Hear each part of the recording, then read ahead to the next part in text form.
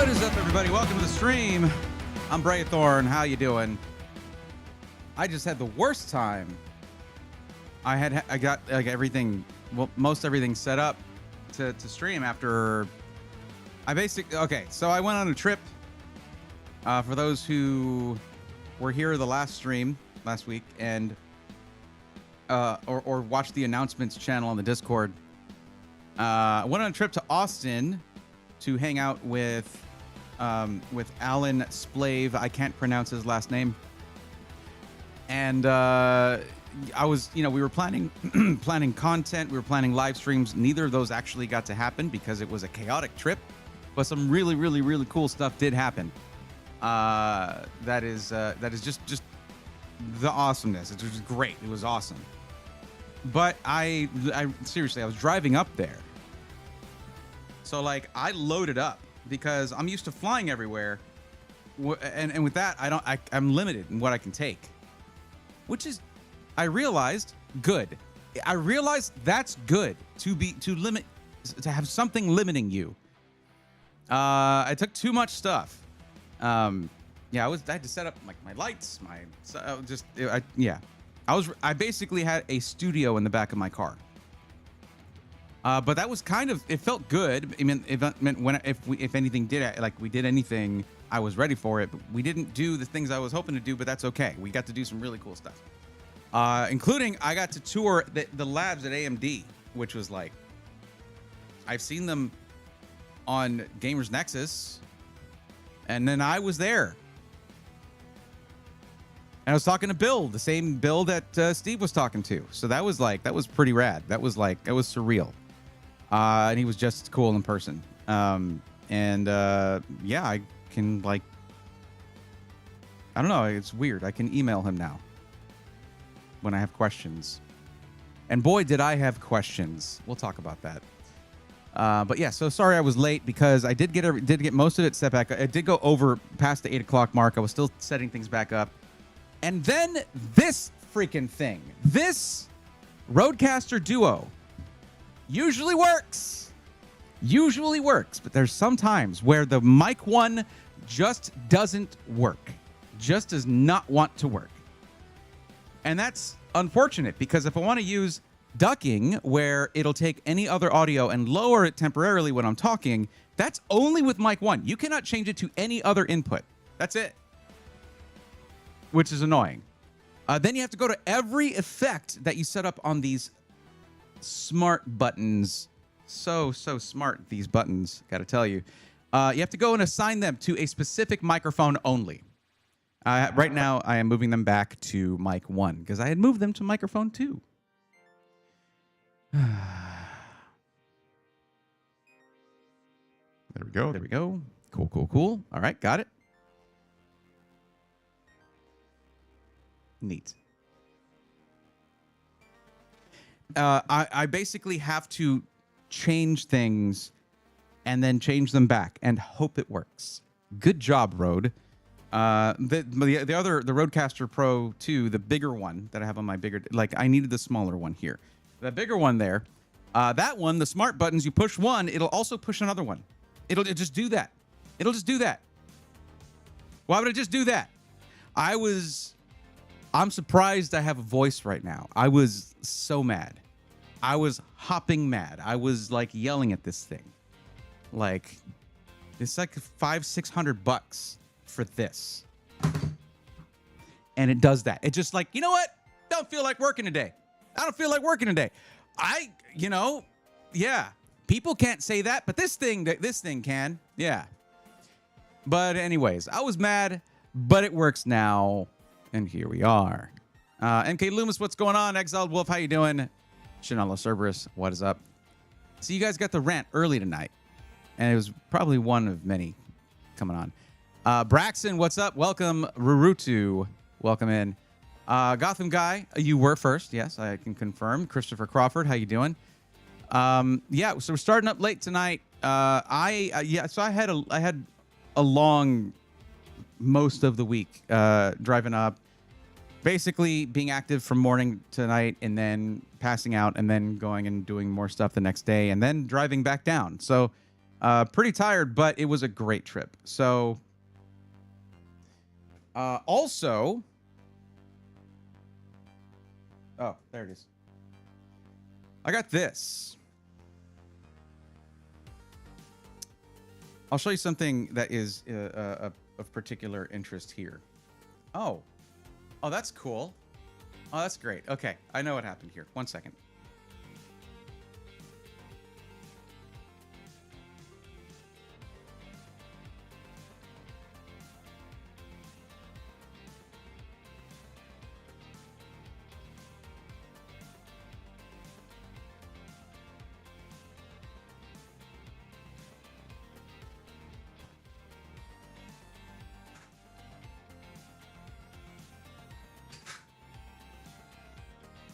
Don't worry, hold on 1 second.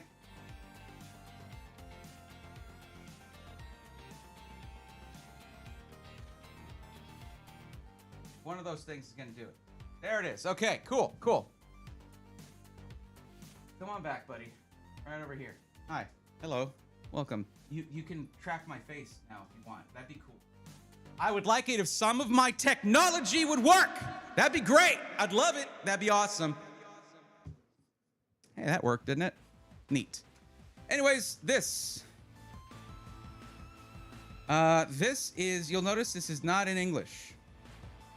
This is in Japanese. And it states, for sale in Japan only. This is Pokemon Mega Dream EX. 10 packs of that. Pick this up from a local shop. And yeah, these are like the hotness right now. So this is what I've got for tonight. This has been sitting on my desk for like a week because I had to go to Austin. I had to go to Austin and tour AMD. So and hang out with some good friends up there. Talk about CES, plan out CES, doing things like that. So yeah. There we go. Adam, what's going on? I did not watch the Game Awards, so Expedition 33 swept it, I imagine. Which is, I stand Expedition 33. That's fine with me if it did. I hope it did. Great game. One of my favorite experiences of this year was playing that game. No kidding. It's like that good. But yeah. Oh man, that was really something. Jeez. At like everything that like what y'all saw there, where I'm just like, oh, check this out, and then something just does not work. Like that's been my night trying to get the stream going tonight. That's how it's been. Yeah. So I'm just gonna look this up real quick.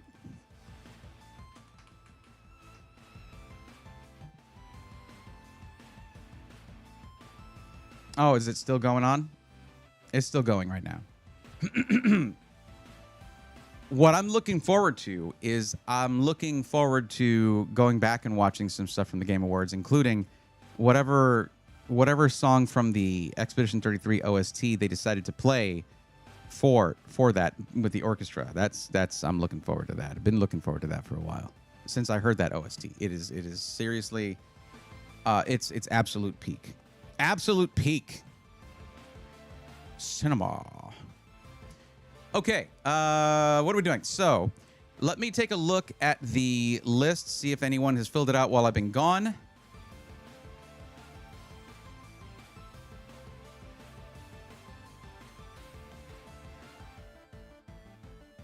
And bring up the form here.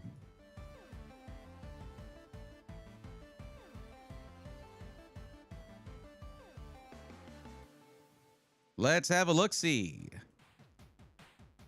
Okay. Legary filled one out. Okay. Shanala Cerberus. Shanala, did we get you taken care of? I thought we did yours. We didn't, it seems. What was the deal with that? I don't remember what happened. I finally got the pre-production email from Alexander PC tonight. I assume it's a good thing. You assumed correctly. That is a good thing. Now, for what's going on with, post Black Friday, Cyber Monday, because it was intended to be a Black Friday deal.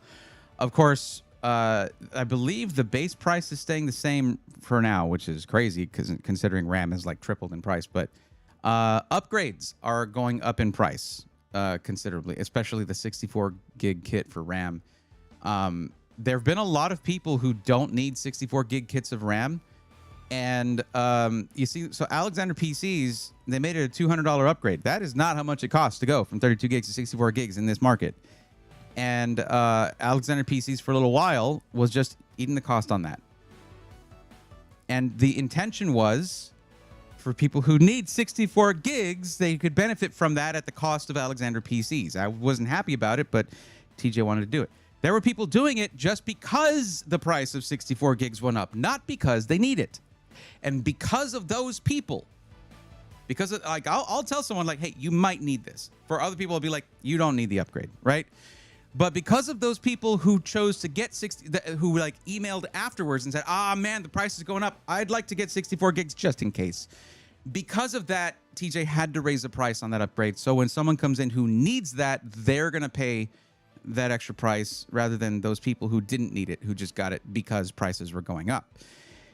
I'm not super stoked about that. And I feel like I may have fed into the problem early on. But I mean, like after that, it was like, you know, it was just 32 gigs. You know, most people that are just gaming, 32 gigs. You're good. You're good. But we did get a lot of people who came in who were like, I want to do streaming or content. And I was like, you can consider doing the 64 gigs if that's something you want, you know? No, I had to get to bed before mine came up. Okay, good. We can take care of you tonight.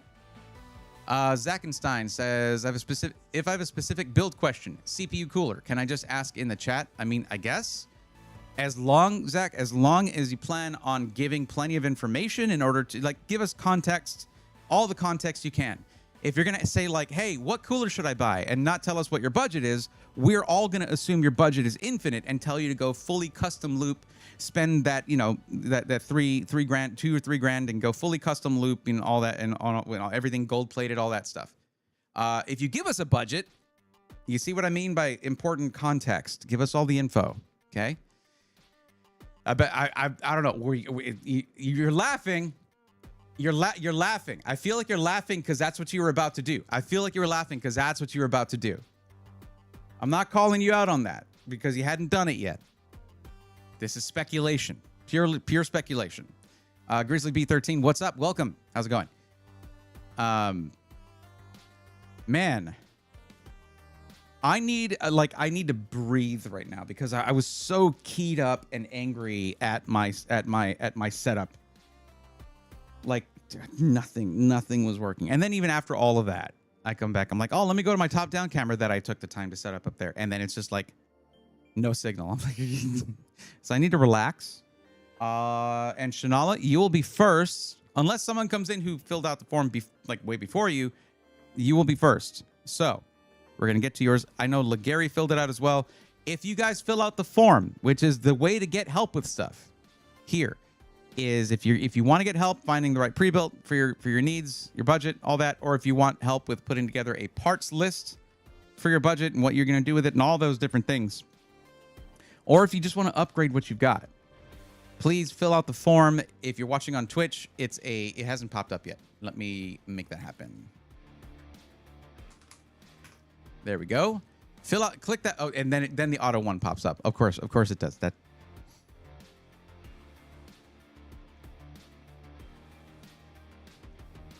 Okay. Anyways, at the end of that paragraph is a link. Click that link, fill out the form, and that will sort of encourage you to provide me with information that actually lets me give you helpful answers to whatever your question is. If you want a PC, cool. If you want to build a PC, cool. I got you. You want to upgrade what you got already? Cool. I got you. But you got to give me information to help you out. Now, if you're watching on YouTube, it is a little bit easy. You don't have to wait for that thing to pop up. You can just go to the description, click the link there. It's the first link there. It straight up says, if you're looking for help, you must fill out this form. So there you go. That's what you got to do. And it will help me out. And I'm not like, look, I literally cannot tear my hair out. So let's not do anything that would make me want to do that, because then I'm going to be sad that I can't do that. Because I went aerodynamic up here, okay? And I'm not touching the beard. Excited to get new networking gear next week. That's cool, Grizzly. What'd you got? What'd you get? Try and avoid bottlenecks. Hashtag try and avoid space bottlenecks. Not sure what you're going for there, but yeah. I know what I'm going for because Northern Lights Custom PCs just gifted 5 memberships to the YouTube community. Let's go, nerds. That is a membership for Adam Williams, 3597, Z-Man Scar, 715, The Drawing Artist, Dare D, 2978, and Anton Daviditis, 2261. Welcome to the Swarm. Thank you, Northern Lights. How you been? How you doing? Ubiquity Dream Machine Pro. Wow. Home network? What are you running on your home network that requires a Dream Machine Pro? Like, I think is no joke. Got my pre-production notification today from Alexander PCs. Nice. Updated my Archon to the Gladiator. So stoked. Oh, cool. Okay. That's a solid upgrade. The CB. What caused you to do that? Welcome to the stream. Let's just before we get started, because I am still very keyed up from just nothing working and everything going wrong all at once. Let's crack this thing open, and then it will be your turn, Shanala. It'll be your turn. So again, I do this between helping people out just because it is a little reward to myself for helping people for free, but also it mixes things up a little bit. It's fun. It's fun. Okay, we're having fun. All right.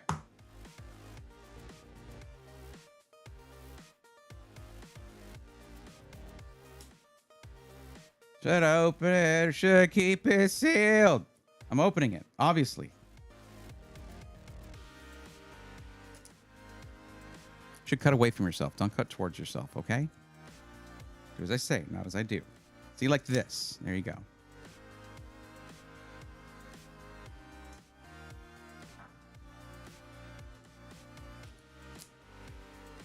So one of the coolest things about this is almost a callback to a previous generation. I'm learning more about this stuff about Pokemon stuff as I go. Almost a callback to a previous generation where you had this thing where it would like, oh, there's like a way to open this right here. Hold on. Okay, right here. So there was a cool crossover thing between the Japanese and cards and the cards in English, where there would be this big attack word going across on the what are they called? There's a certain name for these cards. I promise you. Do I know what it is? No, that's okay. I forgot. And on the Japanese cards, the word is in English. Well, I keep putting my coconut in front of the camera there. On the Japanese cards, the word is in English, and on the English cards, the word is in Japanese. It's really cool. Excuse me. Alrighty, 10 packs of Pokemon Mega Dreams. Let's go. Mega Dreams EX. I should actually keep these just like presentable, right? I just grab one at a time. What am I doing? What am I doing? Am I supposed to be like, yeah? I don't know. No. I also don't know the pack trick for these. We will figure that out together and mess it up on the first pack. That's what we're going to do.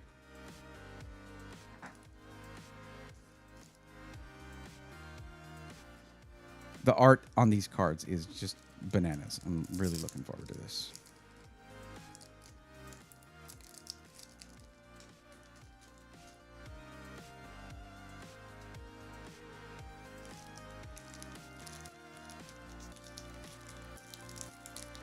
Oh, I got to check something real quick. What button did I make this? What's up, Alucard? Hey, Robert, how's it going? Did you miss anything? No, we're just getting started. Although I haven't talked about the trip yet. I did a little bit. About the AMD lab tour and stuff like that. But I haven't talked in detail yet. But no, I got to see something here real quick. What button did I use for this? As a Corsair. Okay. Okay, that's the button right there. Cool. Got it. Want a full control hooked into Pro Max 16 PoE so I can run my APs as well as it being a video recorder for future PoE cameras. I'm an AV IT nerd. Multiple access points. Are you in like a 5,000 square foot like mansion or something? Jeez, you need multiple apps. To be fair, I have a three tower mesh system. So I mean, I don't live in a massive house. So I mean, yeah, you want good coverage. Okay, let's get this thing open.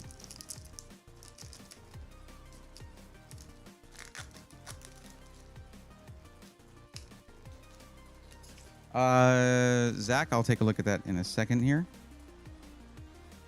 Funny, there's no code card for this, but we'll try one card for a quote-unquote pack trick. Let's see if that works.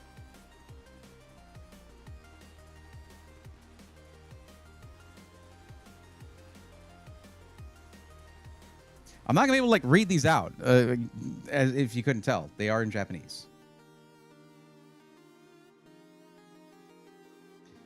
Okay. So Gabite there, a Ralts there, a dude with a hat over there. That's what those are, just in case. Okay. I see a lot of glinting around the edge here. Like, ooh, that's what it was. And oh, pack trick was done incorrectly. Hold up. That's, what's it called? See, I don't have a lot of these. Just, oh, that is nice. I can't remember the name of this Pokemon, but it's a really cool looking card. Geez, all the stars on there, and it's an EX, so that's cool. Yeah, so it's 2 cards I need to move to the front. I need to move 2 cards. Pretty dope. God, look at that foil on there, hollow on there. It's really gorgeous. Okay. So these are going to be a little mystical, a little magical, a little bit mysterious. Yeah, like in the middle of these? No, dude, like kind of. I mean, the thing is, you don't just look at a reverse hollow and say, that's a hit. It's just a reverse hollow card. Reshiram's awesome, though. I forgot the name of the Electro Bird. It's Electro Bird. And this dude's like little peanut. He's a little poison peanut. I got him in Pokemon Violet. That's where I got him. Okay, cool. Q everyone. Q Genesec. Thank you, Shanala. Appreciate it. That's right. I knew that. Thank you for reminding me that the thing that I totally knew. Let's see. We need a Pokemon emote. We do. I'm having apprehension/anxiety picking a CPU cooler for. Here, let me go back to here. Picking a CPU cooler for 9800X3D for a Fractal Terra gaming build. Online compatibility builders focus on size within the case, but not to a CPU fan. Compatibility checkers show the most popular SFF coolers are not compatible with 9800X3D. Okay. Radar has a variety of options, and I can't find a reliable or consistent source of what performance is best, including things like full copper fins, etc. Okay.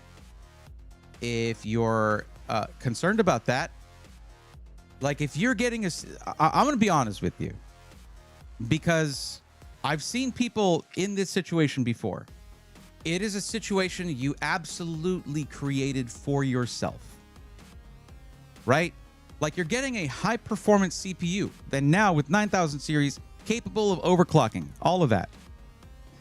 You're putting it in a small form factor case, and specifically one that, as far as I know, cannot fit an all-in-one liquid cooler, which is usually just a really easy answer for like, hey, I would really want to cool this thing consistently. And you can get small form factor cases that will do a 240 millimeter AIO, at least.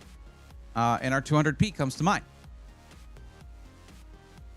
You chose a case that cannot do that. And you chose a 9800X3D. What did other people who made those 2 choices purchase? Have you found answers for that? And what are their thermals? Because I have not done that. The smallest case I was willing to put a 9800X3D in was an NR200P. So now what you can do is you can basically run that 9800X3D in like an eco mode. You can do that. Run it in eco mode with a small cooler. In the Fractal Terra, if I'm not mistaken, you can move the spine of the case where the ITX motherboard sits, sort of from one direction to the other. I don't know what GPU you're putting in there, so I can't tell you if it's like a two slot GPU, like you're putting, say, a 5080 or 4080 ProArt card from Asus. That's a 2-slot card, so you can kind of close off the GPU side a little bit, give yourself a little more cooler clearance size. So I don't know that, though. I don't know if you're able to do that. You didn't mention the GPU. But yeah, the Fractal Terra is a cool case. But yeah, it's limited thermally. That's small form factor. Welcome to SFF. That's how that is. Is this your first small form factor build? Is this your first build in general? Yes, they have, and they typically underclock. This is my first. Get a different case. Do not do small form factor for your first build. It's just a bad idea. It is a bad idea to go small. Like, I have trouble with small form factor builds. I've been building for 25 years. Who told you that for your first build, you should go small form factor? Because I don't agree with that advice if someone told you to do that.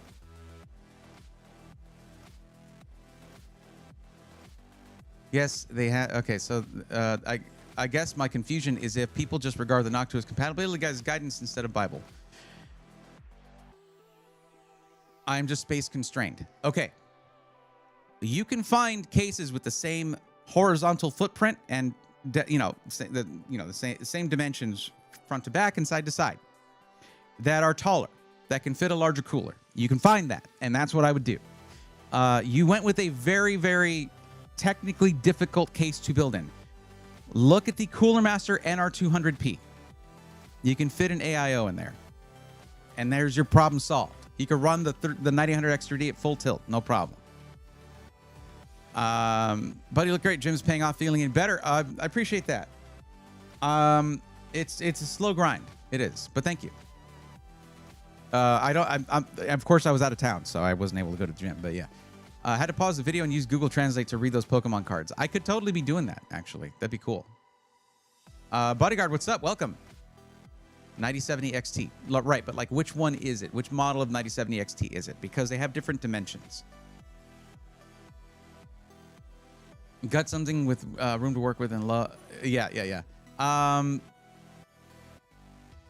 Yeah, so there's basically, you do need to work up to small form factor. Even an NR200P is going to be hard to build in, but not as hard as a Fractal Terra. Fractal Terra is an advanced build.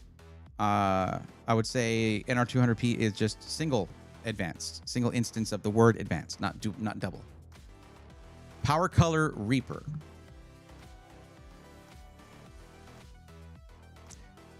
All right, Shanala, let's get your thing going. I'm just looking this up real quick.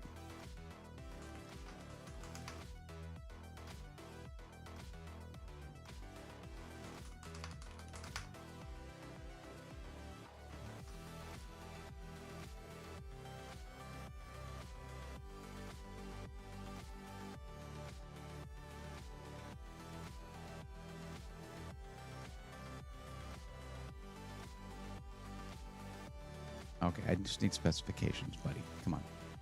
There we go.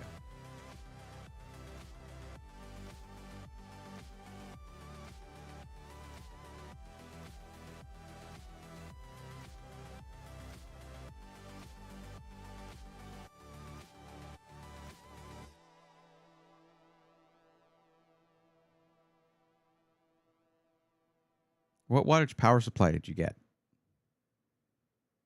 Just check it.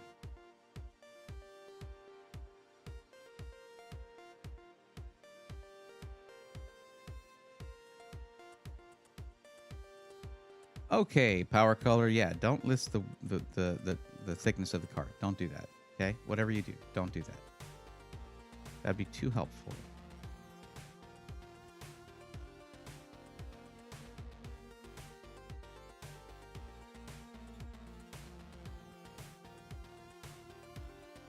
Oh my God, Tom's Hardware does not want me browsing their site. 2 pop-ups in 2 seconds. Love it.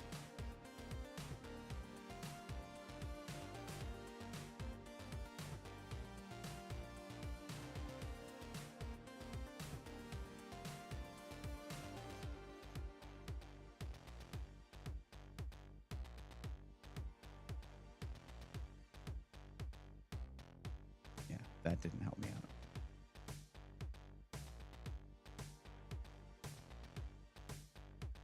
I pressed back like multiple times. It's just not letting me go back. That's cool. Okay. All right. Sorry, I'm just browsing here. Give me a second. Okay. Okay. The card measures 304 millimeters by 127 by 42.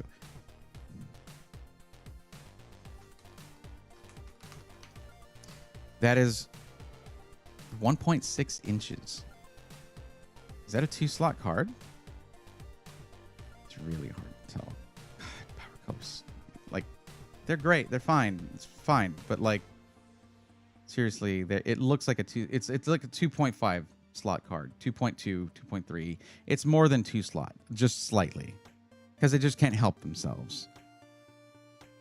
Oh, there are the measurements. I finally found them. Actually, it's like just about exact. Hold on. I'll show you. That's not what I wanted to do. Let's see if this breaks anything. Okay. They did have the pictures. It was just not listed in specifications. So if we look here, it's just about 2 slot. It's like 2.1 slot card. Okay, so 850 watts. I was beginning to worry about the turbulence issue, so I didn't start building. Yeah, that is something that was mentioned. 850. Okay. Yeah, that should be fine. 750 is what they recommend for the GPU. You don't have a ton of overhead over that, but that's still fine. Because generally they tend to be a little generous when they're giving an estimate for what you need. Okay.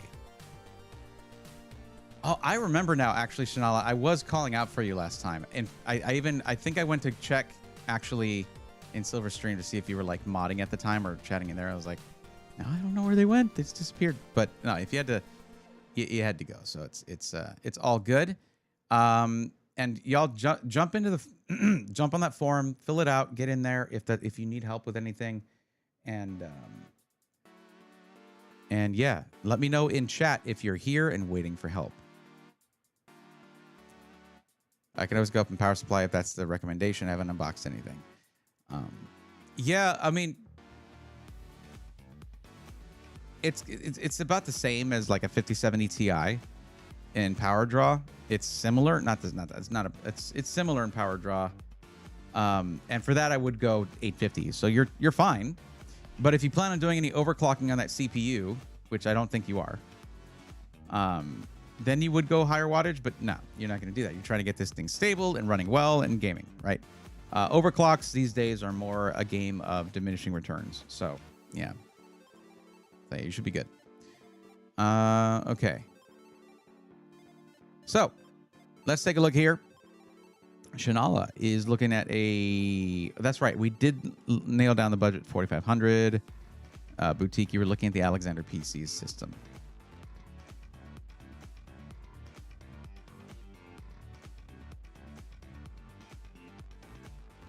Yeah, a la carte. That's what I was saying. You're probably not going to be doing that.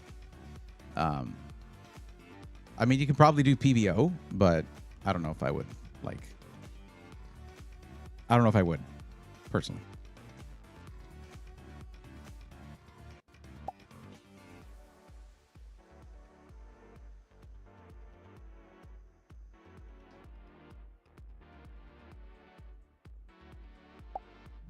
Okay. So while we're waiting for Shanala to come back, why are you up? You know what? That's fine. I could go up to the 5K range. Okay, cool. And there's Shanala. Nice. So let's see what you were looking at before. You were looking at the Gladiator 2.0, 2.1. Pardon me. Sorry, TJ. This obviously is a gorgeous slab of computer. Like it's just if you like aesthetics in your PC, like this has it all. You can see everything. It has solid airflow, including a positive pressure setup, direct fresh air for the GPU, dual exhaust there. That you do get custom cable extensions in the color of your choice. Might I suggest a nice purple? And, RGB everywhere. Although you can tone that down. You can do whatever you want with RGB. That's not a problem. And yeah, really, really nice. You can even get a screen that goes up here, which is really cool. But another thing I really like about this case is how they set it up to where you can hide the tubes a bit. Like half of the tubes for your AIO can be hidden. Pretty cool. PPO is okay since you can set temp limits and power draw on it if you want. Super Gladiator. I like this one for the add-on screen option. Yeah. So yeah, you're looking at something very, very nice here. So we have options. This is the price with a 5080. And you know what? I like seeing this. I like seeing Alexander PCs coming in with having it with the top spec right out of the gate. You were looking for your PC to come in black. Okay, cool. They're already a step ahead of you there. They got it. So gaming, streaming, content creation, video editing. Let's talk about the parts that are in this. Now, my only issue with this motherboard, and I'm going to tell you this so that you know that if you try to do this specific thing, this is the issue you'll run into. So let's take a look at this. I'm going to show you. I am motherboard obsessed, and I got to riff on that quite a bit with some of the engineers at AMD yesterday.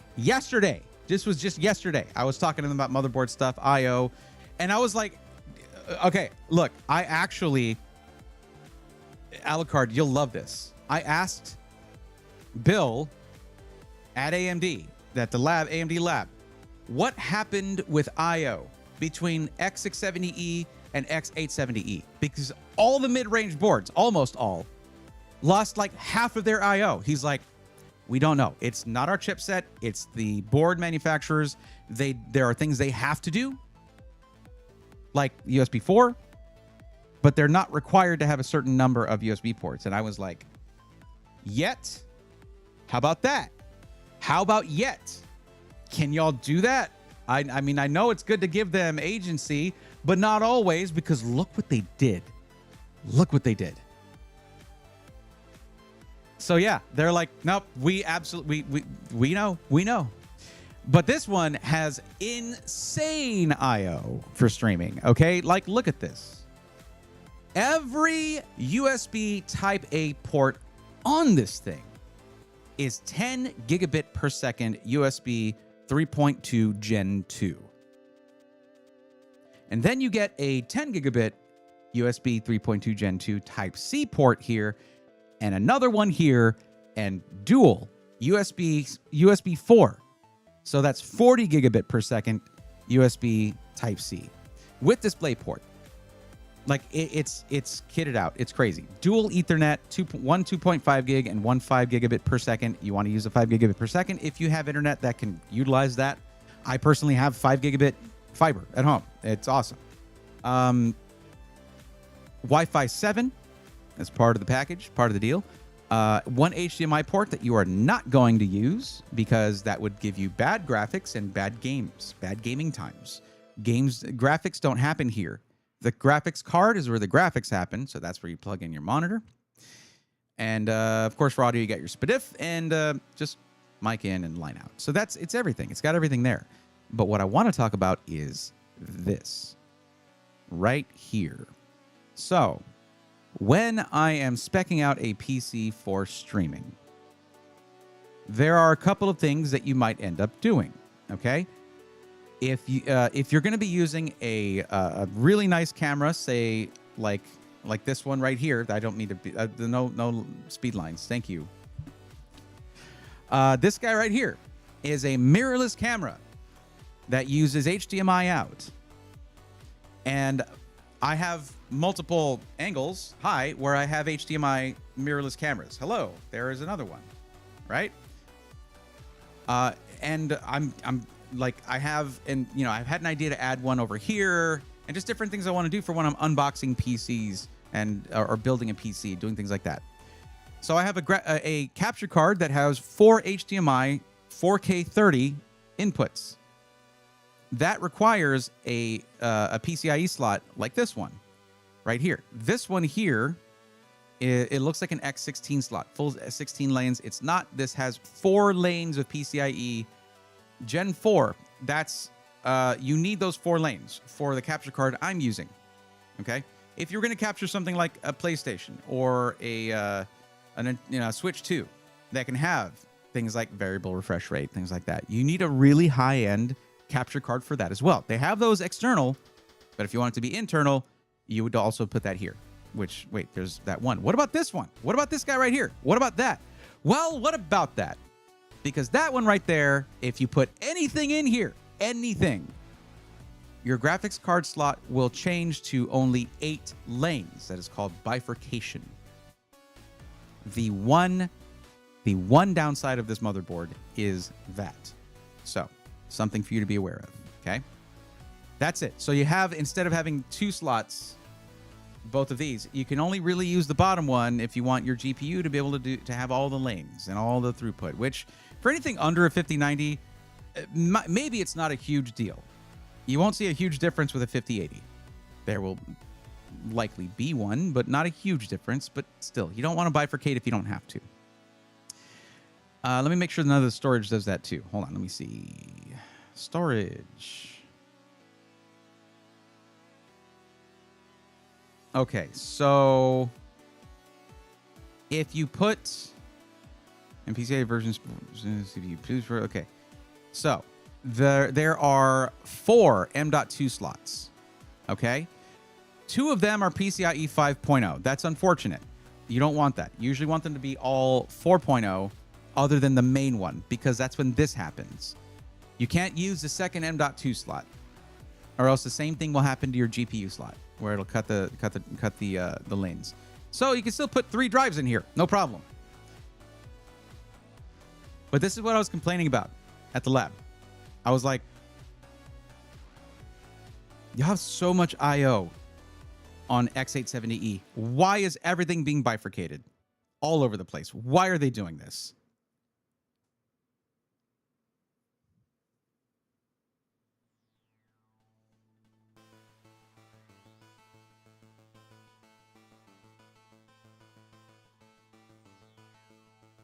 You should have asked the same about B850 and B650. Okay, Alucard, to be clear, I asked that in general.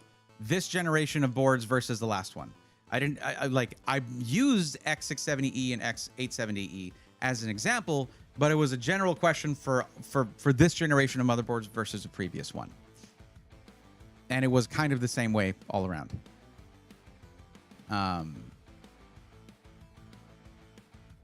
I tried and stay to $1,500 budget for my needs before those RAM prices went up. That's the story for everybody right now. I love my board that is 2.5 gig local transfer, 1 gig speed at home netwise. Yeah, that's pretty common. That's pretty common. Never understood why the motherboards have HDMI on them. Well, some people don't actually use a graphics card necessarily, or the reason I like to have that as an option is for when, think about this, Shanala, if you're buying this from a system integrator, right? Let's say that you're not getting a picture for some reason, and you call into tech support, and they're like, okay, you might have a GPU issue. Move your HDMI from the graphics card to the motherboard. If integrated video is enabled, your monitor comes on, and they're like, okay, GPU's the issue. You can just send that part in, and we'll send you a replacement. Dunion rings. Here you go. We'll get that to you in a few days. Otherwise, you got to send the whole PC in. That's why I don't understand why system integrators use the F SKUs from Intel, because they don't have integrated video. You cannot troubleshoot that way with those CPUs, and it makes me very upset.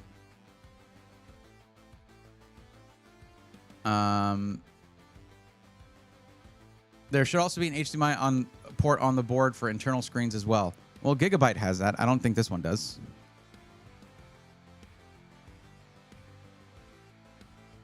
Nope. Yeah, Gigabyte has that. This doesn't. 3 internal capture cards and 2 external ones. PCI lanes ports help a lot. They do. Grizzly, you'll like actually something I was going to talk about here. I'll talk about it after this build is done, or after this session is done. This gives you a chance to use any mini displays and pieces on a monitor without using your GPU. I mean, that's one use case, Alucard. One potential one. Yeah. So, oh, I see what was going on. I see what you guys are talking about. Might be one of the right angle connect. I'm like lost because I'm going back and forth. Like I'm reading from the top and then I'm reading from the bottom. That's not the best way to do this. CamLink Pro allows you to use 4 inputs, so that can be helpful. Yes, that's the one I was talking about that has the 4 inputs. Yes. I know FSKU, right? It all depends on what case you're using. If it has built, okay.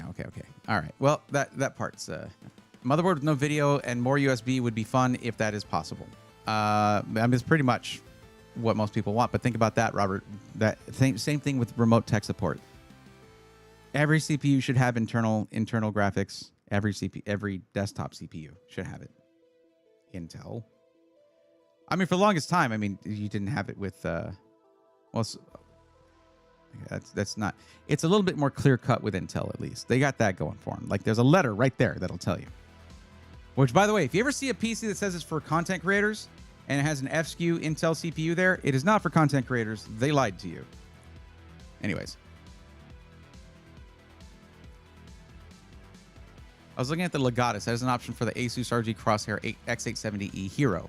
Well, here's the thing about that, Shanala. If the reason you're saying that is because of the fact that you cannot use this slot right here, the Crosshair just doesn't have that slot. It just has this one. If that's what you were concerned about. It just has got this one right here. Oh, the other HDMI on the board. I got you. So not an internal one. I got you. Okay. For advanced users. See, I think it would just be cool for them to have, like Gigabyte does, where they have the HDMI right here for internal screens. Just do that in general. You can use an internal screen for displaying cool stuff, but also for troubleshooting if your GPU ain't working. Because if that screen on the inside of your PC is working and your monitor is not, it's the monitor, the cable, or the GPU. That's a lot of narrowing it down.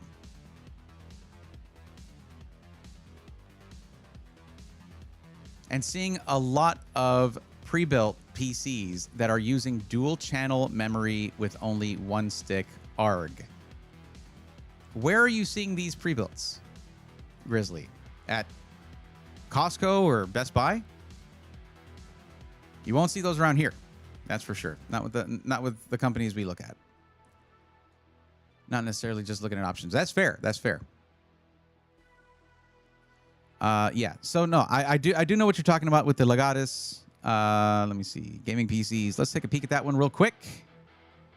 Is this, they changed the, why isn't this not? No, you had it so right, TJ. It was correct before. It was lowest to highest on price. And now it's by featured. Let's do high to low. There we go. Legatus 2.1. So this obviously is going to be different from your Gladiator 2.1 in that you're not going with the Vision case. You're going with the Evo. Is this the Evo XL? No, it's the Evo RGB. That is the Evo RGB. Am I correct about that? Yeah. 011 Evo RGB. Nice case. This pillar right here is removable, by the way. That can be removed. But for shipping, they will have it in there. That's just safer. So this is a dramatically different looking PC from the one we were just looking at. You don't have the glass on the top. You do have more, basically your cooling is going to be better on this.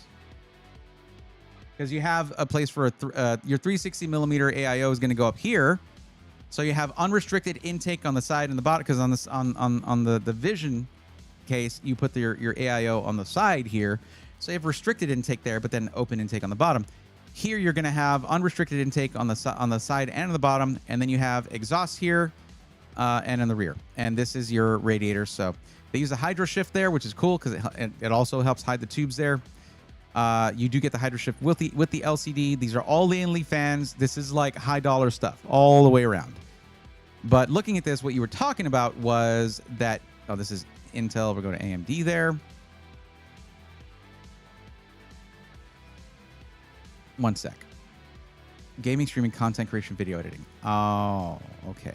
And yes, you do want to be able to upgrade. Okay, so we keep it with the 9950X 3D. Okay. 5080. Okay. So yeah, what we're looking at here, Grizzly, is this is a boutique builder, Alexander PCs. Boutique builder, of course, as you know, these are artists. Okay, these are the people. These are like where you would look at a PC they built and be like, the slow nod, because the cable management is impeccable, the attention to detail in every way, all the parts matched up, color matched, everything. Just like, of course, zero bloatware. Just everything. Everything is absolute peak, lifetime parts and labor warranty. And I know the red flags go up immediately when I say that. Go look at the SI Testimonials group of channels in my Discord if you're curious about that, because for years there have been people buying from Alexander PCs and they've got nothing but good things to say, including about that warranty. So that's why I'm bringing that up. Now, if you go with the Crosshair X870E Hero, that's going to push it up to the max budget. Of course, I do have my code with them. Like I have my code with, I don't know, over a dozen SIs. So we have a lot of options here where you can save money while also supporting what I do. And this will bring it down by $50, so it's under 5,000. And this, by default, comes with 64 gigs of Kingston Fury Beast RGB DDR5 6000 CL30 with AMD Expo specifically. Good, thank you. A 1 terabyte Gen 5. I wish this was by default 2 terabytes. It should be. For a PC that starts at $4,000, it needs to default to 2 terabytes. IMO. But 5142 with a 2 terabyte drive, and if you go up to the Crosshair. See, I don't think you need to do that. I don't think you need to go to the Crosshair X870E Hero, but let's compare the board just to be sure. How about that?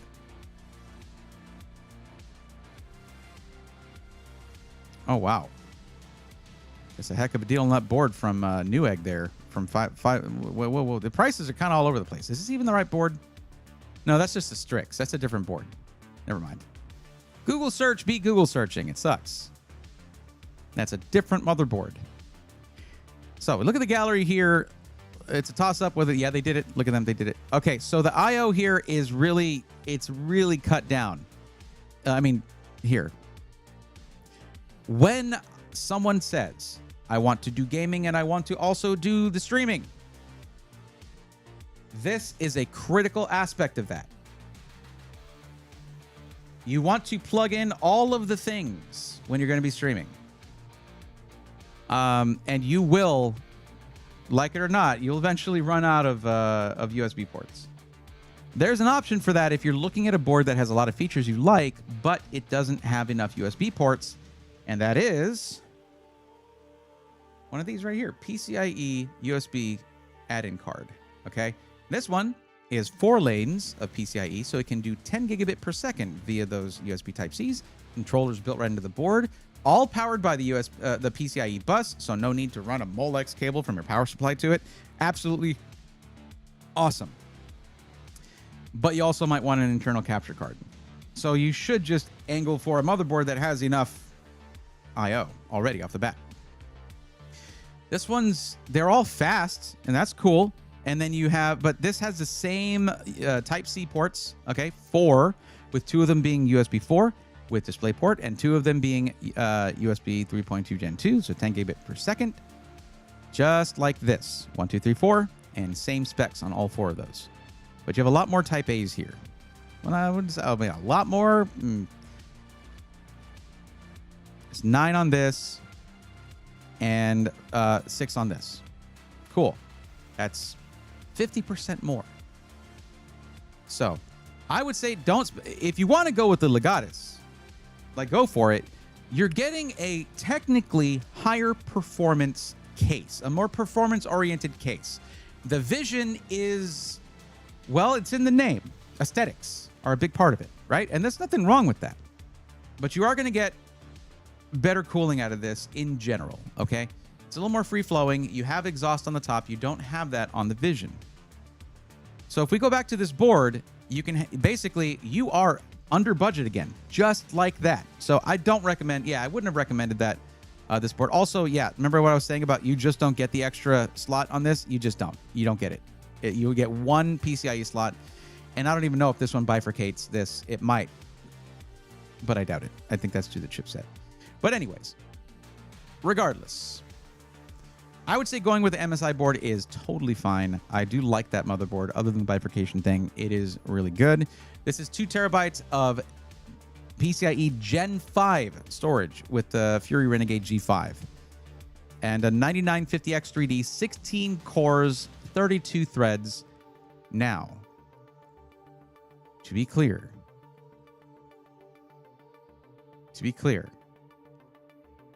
when you start a game, you lose half of those cores. And I don't know anything about the new CPUs that are coming out. I don't know anything about them that I can say. I mean, because it's just, I would just be speculating anyway. I don't know nobody. Nobody said anything. I feel like AMD is trying to do something about this, though. I'll say that. But right now, you do have core parking, and so that's 16 cores. Let's just lay this out real quick, okay?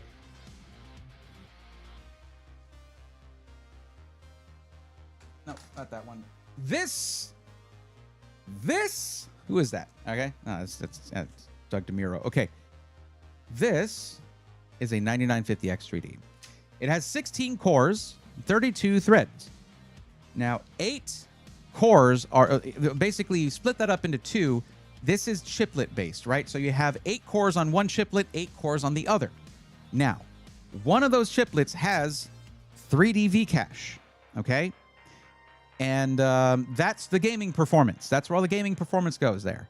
The other chiplet is like in a 9950X non-3D. There are 2 chiplets. One of them's higher performance. The other one is like a little bit lower binned. You get that higher performance one, and that's your second chiplet, okay? But when it comes to gaming, the 3D V-cache one will always win. And AMD doesn't want any of your gaming things, the ones and zeros that make games happen, to go to the chiplet that doesn't have the 3D V-cache. So they shut it off.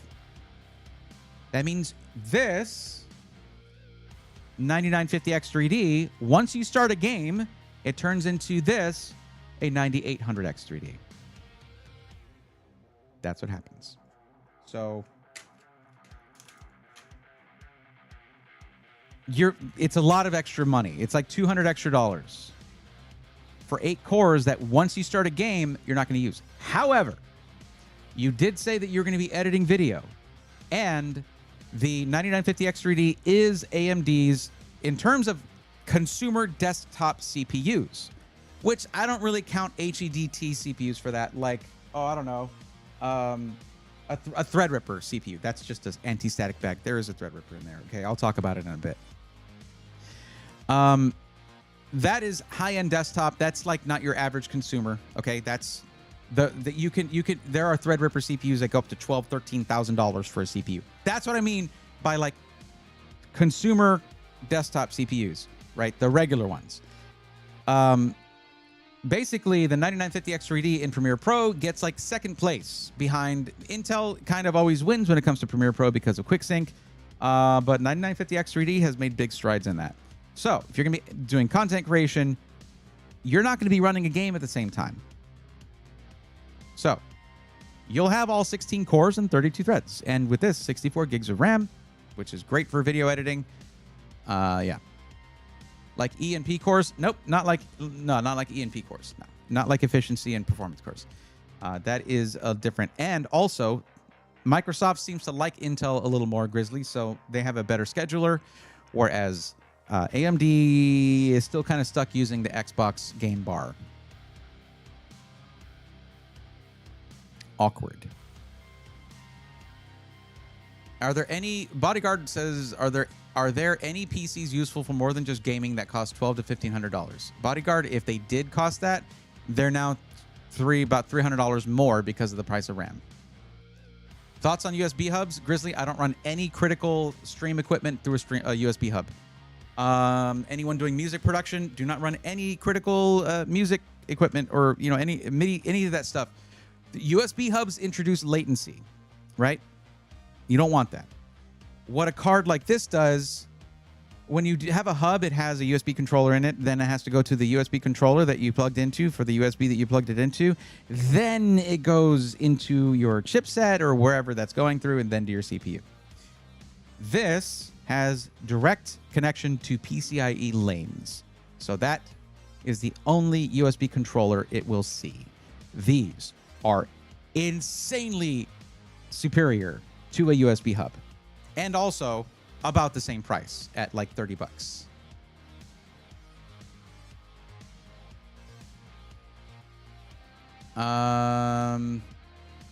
Anyways, I went on a tangent. What's up, Tech Grant? How's it going? Motherboard with no video. Right. We did talk about that. I love that I have done all my custom builds myself. That's good. Good job. It's a fun hobby for sure. Yeah, clear CMOS is something you'll see on pretty much every mid to high end board now. There's even some budget boards that do have it. It's a lot more common, and the reason is, especially on the AMD side, you'll have someone getting a motherboard that they're going to get because they have so much compatibility across that socket. So they need to make sure that you're able to do things like, well, so BIOS flash is more common, but then you'll get clear CMOS too if there are issues with that. Also, they're, memory controller stuff, things like that. It can help to just clear CMOS now and then.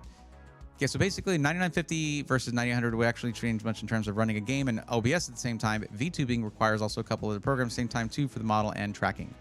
Yeah, Shanala, that's the problem is, and like these things are awesome. Like the gaming performance you can get, it is, solid. But that's, I think, more important when you're just gaming. When you're trying to do a lot of things, you have to be able to do all of the things, and you don't want to sacrifice necessarily just to make one thing run better than everything else, i.e.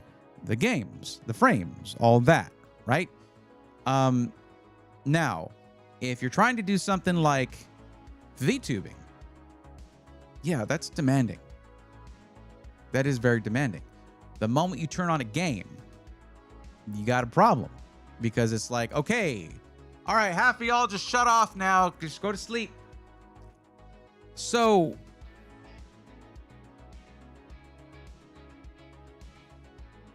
what I would say is it's very likely that AMD is going to fix this in the future. They're going to have some kind of solution for core parking. That is very likely. I've been speculating that for a while now. And so what you want to do is potentially what you can do here. All right. Go for the 9800X3D for now. It costs $200 less. And if anything in the next year or two comes out that's like, oh, this has all the cores and they all stay on or whatever it's going to do, however they're going to handle it, then you can upgrade to that. And let me tell you, a 9800X3D, those things, you can sell those used pretty easily. What we needed for VTubing: cores, RAM, that kind of stuff.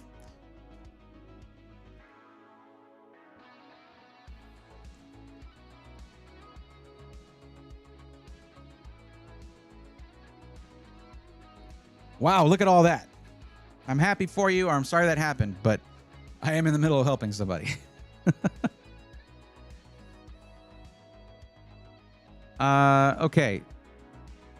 So back to this.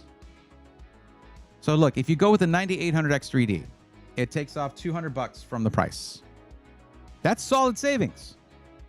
And like I currently, right now, am streaming, and I've done gaming at the same time, of course, gaming, streaming, running both Meld and OBS at the same time. All of that on a 9800X3D. When it comes to video editing, it's decent, but not amazing. Like the 9950X3D would beat it, but I would say go 9800X3D for now and see if in the next year or two or whatever, they're going to come out with a solution for the core parking issue. Because listen, otherwise, as soon as you start a game, you wasted that $200 because you're on a 9800X3D anyway, which is 8 cores, 16 threads. Once you start a game, the 9950X3D becomes 8 cores, 16 threads. Yeah, that's it. Okay, let me look at this. How long base PC I love? 1200F, 6 core, 12 thread. Okay. 3050, 32 gigs. DDR4 2666. Interesting. Never. Okay, yeah. Well, I mean, it's a good capacity. Oh, 4x8. Okay. Yeah, I wish we could do that with. I asked. So I met someone I met yesterday was the person who invented Expo. And I was like, where's the love for 2 DIMMs per channel? It's kind of, it's a common issue with DDR5, but Intel seems to have figured it out. I have run an Intel system with 4 sticks of DDR5, 4x16 to get 64 gigs. It worked fine. It was DDR5 6000. Anyways, they just said our recommendation is to just go 2 sticks. And I was like, well, we might come to a point where people cannot get access to high capacity sticks of RAM, and they're going to be stuck getting 16 gig sticks. So what are y'all going to do about that? I actually had some pretty hard hitting questions. I said this, and basically, Shanala, what I'm looking, before I go into this, I'm basically looking for your thoughts on this. I would recommend sticking with the 9800X3D to save $200. And you did say in your form that you are interested in upgrading your CPU over time. So that's why I was like, upgrade that in a year or 2. Sell your 9800X3D on the used market. It'll still have some pretty solid value. All right, I think in that case, pun intended, I would go with the Vision model. I think the Mobo was the same. It is. And you can get the screen. Yes, you can. Yes. So on this one, you can get a screen here instead of the rear exhaust fan. Or you can't, and I'm lying to you. They used to have the option. Maybe it was a previous version. But okay. So let's finalize this before I go into what I talked to the Expo engineer about. Gladiator 2.1. AMD for future upgradability. Okay. 9800X3D. See, also, by the way, 9900X3D? No, you don't go with that. Because once you start a game, you basically have a 9600X3D. Because it's 2 chiplets of 6 cores each, and 6 of those shut down. Meaning, you will get worse gaming performance than this CPU that is $125 cheaper. So we say no to the 9900X3D in this case, because you're streaming and gaming and VTubing and all of that, okay? And there's your motherboard. Cool. Now the RAM is, there's no way. He hasn't updated the, okay. He meant to go through and update all the upgrades to 64 gigs. You're going to want to hit this because of the future video editing thing. It's going to be really hard to get RAM. Just trust me. $110 to upgrade to 64 gigs is insane. It is insane. And what you might get, no, it's here on the site. He can't come back and say, oh, we meant to update that. Well, he didn't. TJ, you said you were going to be doing this like the day we talked. But okay, you want 2 terabytes of storage? So there you go. You want at least 2 terabytes. At least 2 terabytes. And that is Gen 5, PCIe Gen 5. Very fast stuff. Mostly just about double the speed of PCIe Gen 4. And your screen upgrade, there you go. 8.8-inch screen mod mounted above the motherboard on this spot right here. Cool. Yeah, so you're going to do the things I just did. That's what you're going to do. And you know that. Hey, if you have a logo or mascot or something, you could even get a custom glass edge. I don't think they charge much for this. Without choosing a file, I can't tell you. I don't know, but yeah. Okay, gotta hydrate 1 second.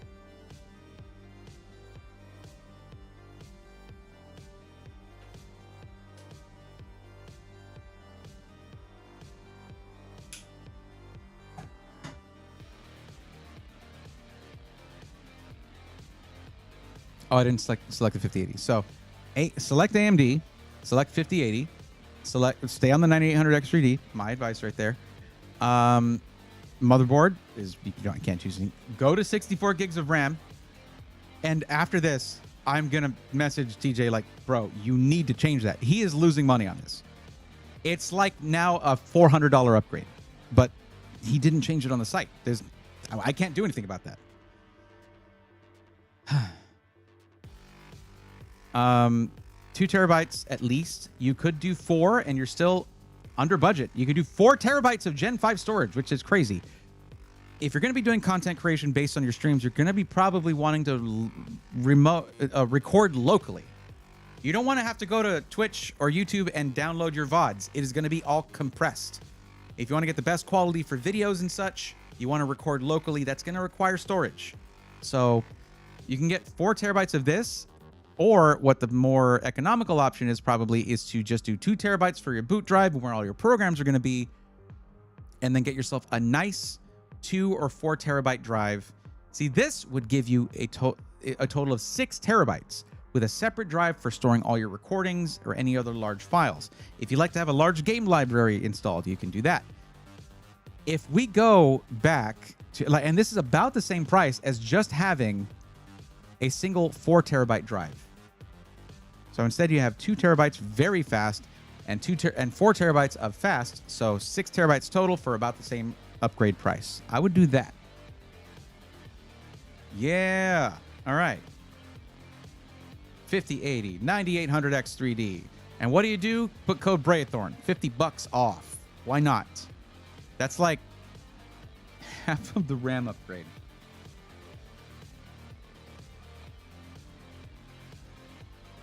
Die Hard TNG says, do you see the RAM prices going down sometime next year? Hold up. Let me look in my crystal ball. No, I don't. We've basically been told by RAM companies that it's going to be a couple of years, very likely. What is it?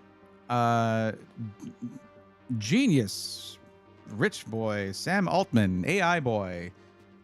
He contracted 40% of the world's RAM supply up until I think 2028.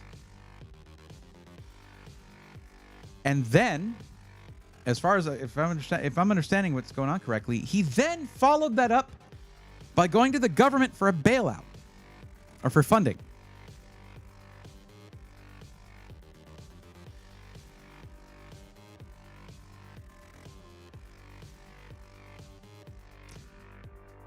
This is the worst timeline. That's it. It's the worst timeline. Chanel, I don't know if you want to hang out for the pack opening. This one's in honor of helping you out with your PC. I don't know how much I actually helped. You already had things pretty much settled, but yeah.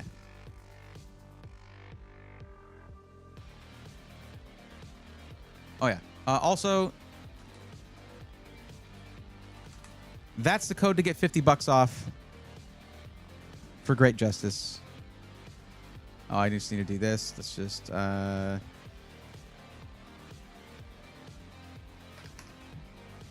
that, and that. There we go.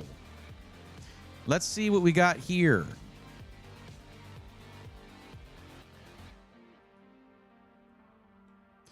So we got Legary. Is Legary here?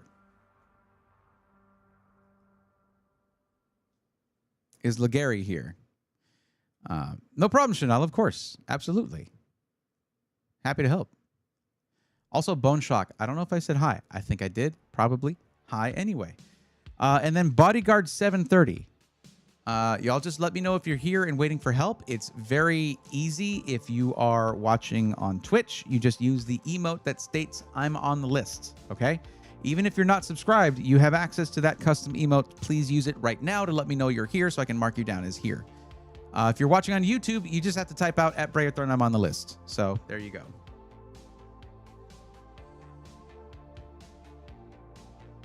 Oh, yeah. I said I was going to talk about this as well. But also, okay, so the RAM thing. I didn't pull any punches, man. I don't think they would have wanted me to anyway. But when I was talking to Bill and also the guy that the other engineer who had invented Expo, okay, who had made Expo, the whole concept of it for AMD, right, and was working on it, on updating it and doing things with it. I brought out this gem of a thought. AMD in the Rampocalypse is going to be disproportionately affected versus Intel. Why is that? 7000 series and 9000 series AMD CPUs, Ryzen CPUs, And I'm assuming the next generation as well. I didn't ask them what they were going to call it. Damn it. I should have. They might change it last minute anyways. But they require one thing in order to give you their best performance, and that is 10 nanosecond first word latency for the RAM. How do you achieve that? Well, it's a little equation based off of the frequency and cast latency. So if you have a frequency of 6,000 megatransfers per second and a cast latency of 30, you have 10 nanosecond first word latency. If you have a frequency of 6,400, cast latency 32, you have 10 nanosecond first word latency. Cool? Cool. So there's various combinations of frequency and latency to give you that first word latency. And that is, or you can call it absolute latency as well. That's a little bit, whatever. Anyways, I tried to rush through that so y'all's eyes wouldn't glaze over if you're not interested in this kind of stuff, because I get that. I get it if you're not interested in this kind of stuff.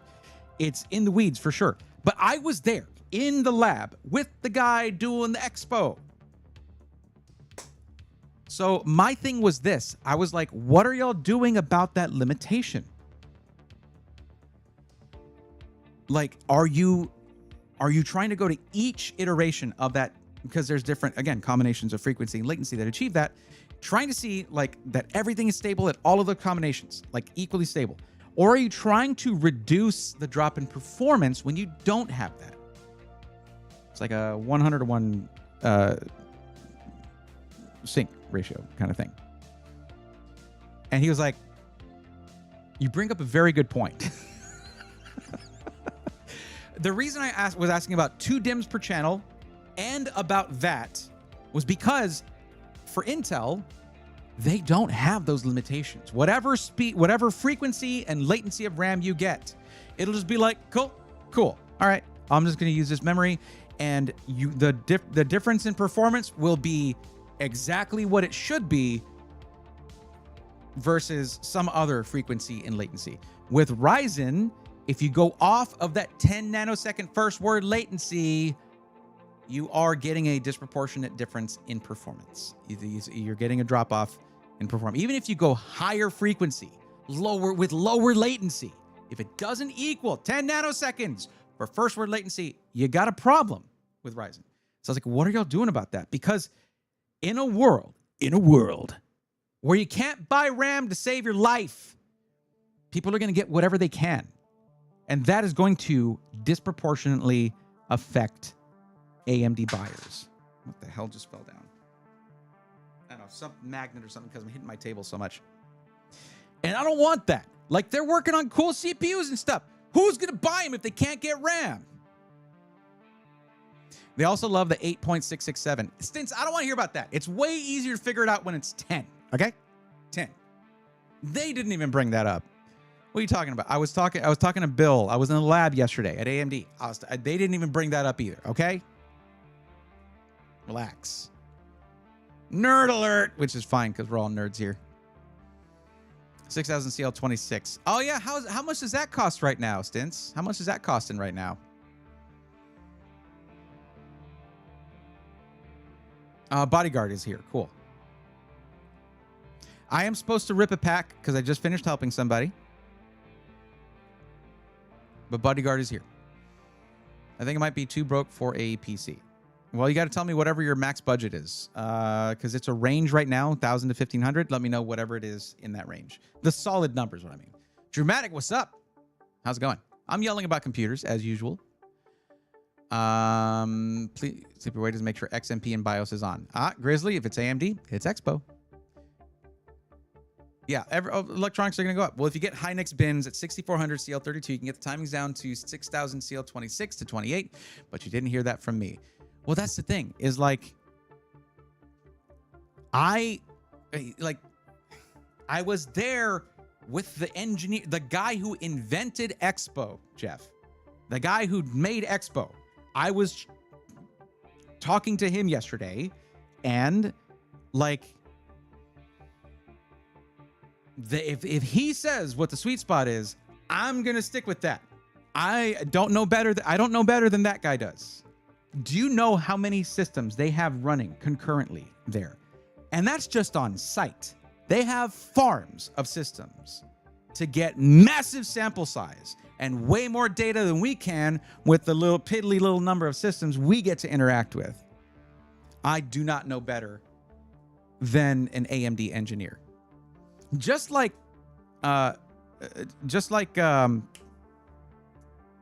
main gears technicians didn't know better than NVIDIA's engineers when they were putting 500 watt power supplies on a system with a 3070 in it, back when I was yelling about that. Yeah, 100%. That's for off-the-shelf speeds. The 0.01% will have to get the CL26, 28 timings dialed. I'll tell you, Stints, I hate RAM overclocking. I hate it. I used to do it. I don't know what I was thinking. It sucks. It sucks.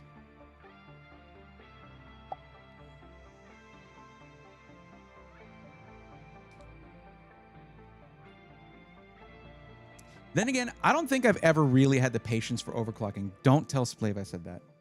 Oh, but look, so I was going to say what they gave me. Yes, and Dramatic. I am going to rip a pack here in a second. So I was picking their brains about Stream Ripper. Those who've been around here for a little while know that I was trying to... I thought I had the key to the ultimate dedicated streaming machine. And it was 2nd gen Threadripper. Did I go seek it out? No. It fell into my lap because I was at the PC World headquarters. They were clearing house a little bit, and they gave me an unopened 12-core 2nd gen Threadripper CPU that had 64 lanes of PCIe Gen 3. That's amazing for a streaming machine, okay? You could have, like, you know those drummer, like Enterprise and guys like that who do drumming streams, and they'll have, like, 20 cameras, and they want to connect them all to HDMI ports, to internal capture cards. You need Threadripper for that, okay? Anyway, well, I've been having memory issues.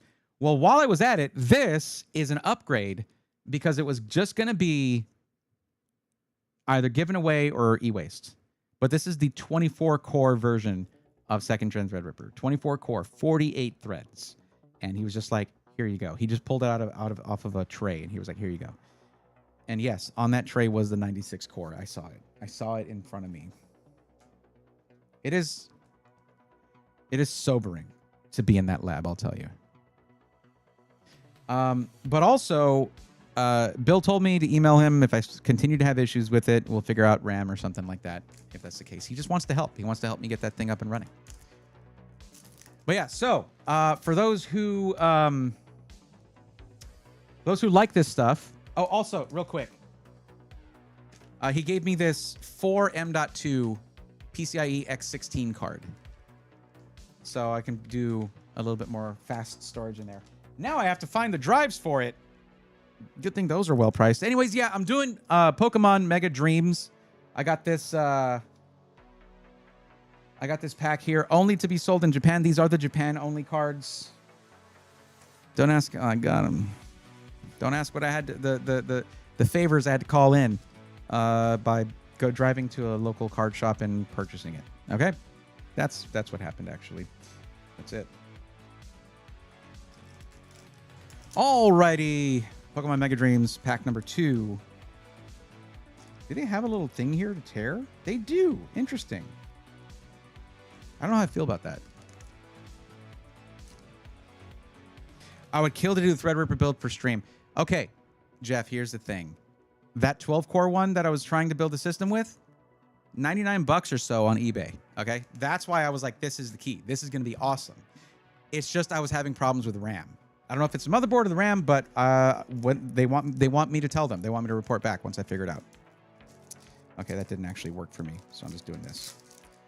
I just cannot open these.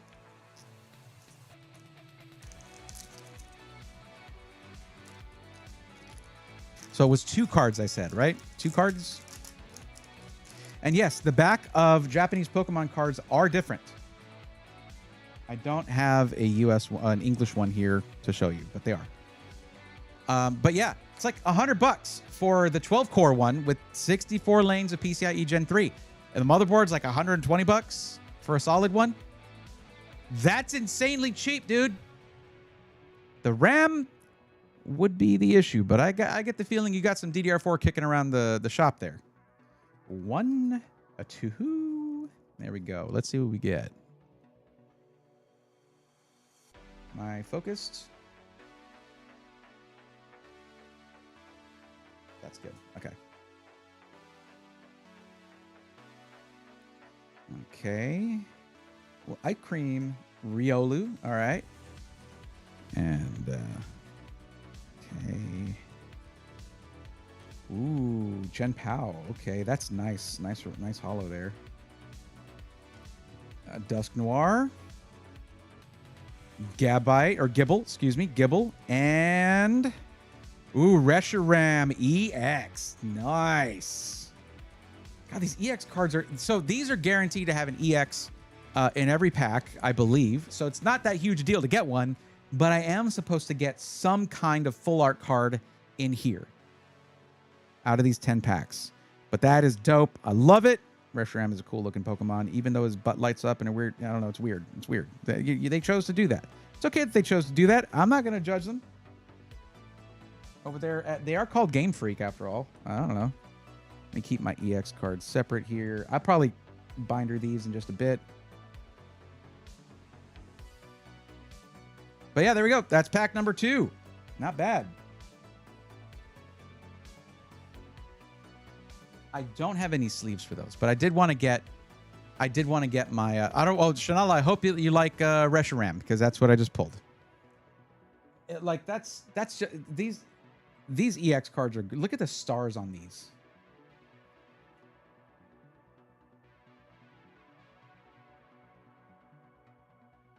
Just a beautiful card. Absolutely gorgeous. I wonder if I should be pulling them here. This looks pretty good. I should pull them here.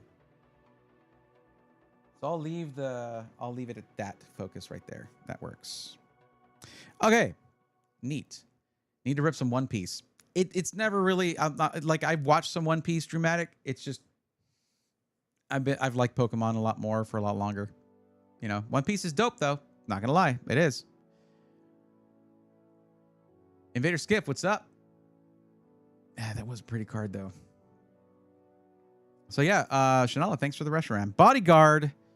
I was asking earlier. You said 1,500 is the max budget. Got it.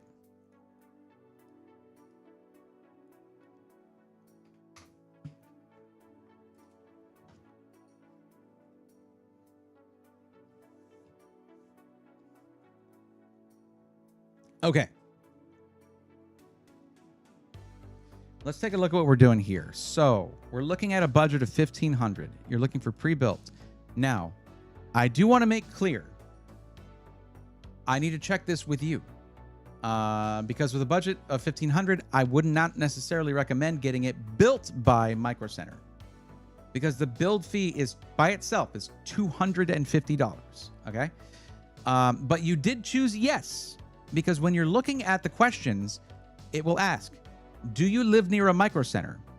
You can put yes, you can put no, or you can put yes, but I don't want to get my PC there.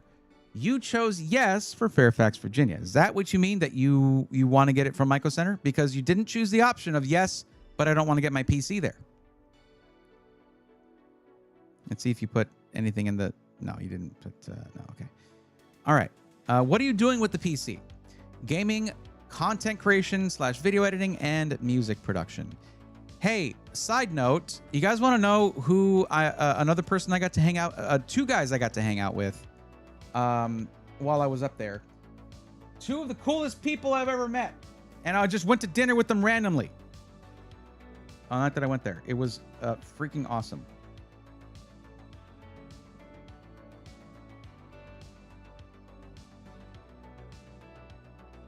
One was just a silly Irishman who went by the who his name was Colum.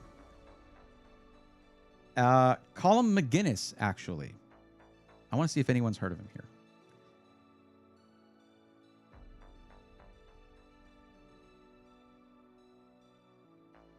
And another guy was just his name was Jesse.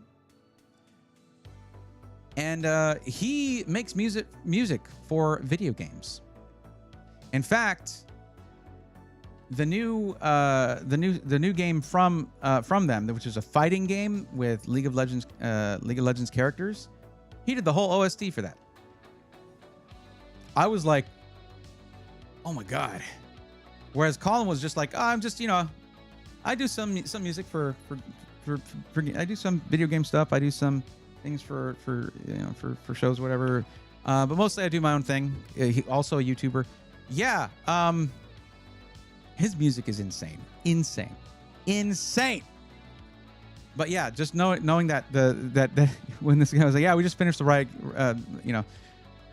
the riot thing, for the fighting game. It was cool. It was a lot of work. Been working on it for a long time. I was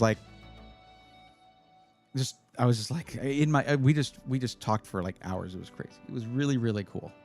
They're both really cool guys. Oh yeah, I was gonna say, hold on. Well, I'll show y'all some of Column's music later. Because I listened after the fact and I was like, what the hell? Oh my God. He's just a silly guy. What do you mean you sound like this? Anyways, so you said I can get it from wherever. Okay. So the thing here is you're trying to do a lot here. Gaming, content creation / video editing, and music production. So what do those things mean when I see them? How does it change the way that I would configure your build? Well, depending on what we can work with, what we have to work with budget-wise, I'll look at things like the motherboard, right? CPU cores. The motherboard for the streaming, not streaming, but for the music production thing. Music production requires plugging in a lot of stuff, kind of like streaming does. Okay, you have control surfaces, you have audio interfaces, you have MIDI instruments, you got things, external storage, all kinds of stuff. The content creation video editing thing, you need CPU cores, you need RAM, and lots of it. That also helps with music production, by the way. You need a good amount of RAM. Load up all those samples into memory, and then you can play your MIDI keyboard and call them instantly. It's kind of like video editing, where as you scrub through, it's creating preview frames and loading all of those into memory so you can scrub through your video without interruption. Both of those tasks require a copious amount of system memory. And, well, I don't know how to tell you this, but right now, system memory costs 3 to 4 times what it used to. So what we're going to do is we'll set you up with something that you can build upon as you go. Oh, what's up, AJ? How's it going? Did Jeff already show you we added IO pictures on some builds? Thank you. I think I'm sure I mentioned that at some point, but thank you for doing that. Appreciate that. That's good. We need those. Ajay Kumar says, one small reminder, Hogwarts Legacy game currently free now in Epic Games. Claim it fast, guys. I used to keep track of those and get free games. I just don't like the Epic Games interface. I only use it, I think, whenever I want to play PC Building Simulator, and like that's it. But let's see. So basically, if you wanted a game at 1440p, also be able to do video editing and music production, but you're not interested in upgrading your CPU over time, I do have good news for you. Aside from the whole bad news about RAM thing, also storage is something you're going to need copious amounts of for video editing. But storage is also going up in price, just not as fast as system memory, right? It was a combo of your request, and I was getting that question directly. Nice. I have good news for you. Intel has got you on this one because their 265K is the best option here. You're trying to edit video. Well, check this out. I mean, I've shown this a million times, so those of you who are not regulars, yeah, you know what I'm getting into here. But they don't, so here. So this is a list right here of like the top consumer desktop CPUs on the market and how they perform in different things. And right here, no, don't do that. Okay. Here, let me get into regular mode here. So you'll see that this is for Premiere Pro. Now I'm going to ask you, though, Bodyguard, what program do you plan on using for editing video? Go. What program are you going to use for that?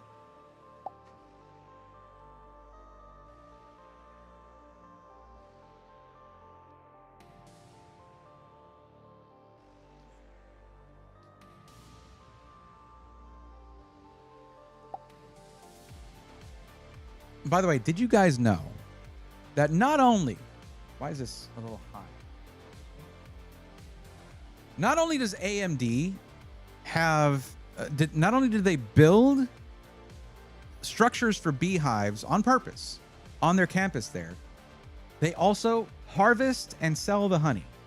So you can get locally harvested honey at the like cafeteria thing at AMD. And I have that right here. Look at that. Neat.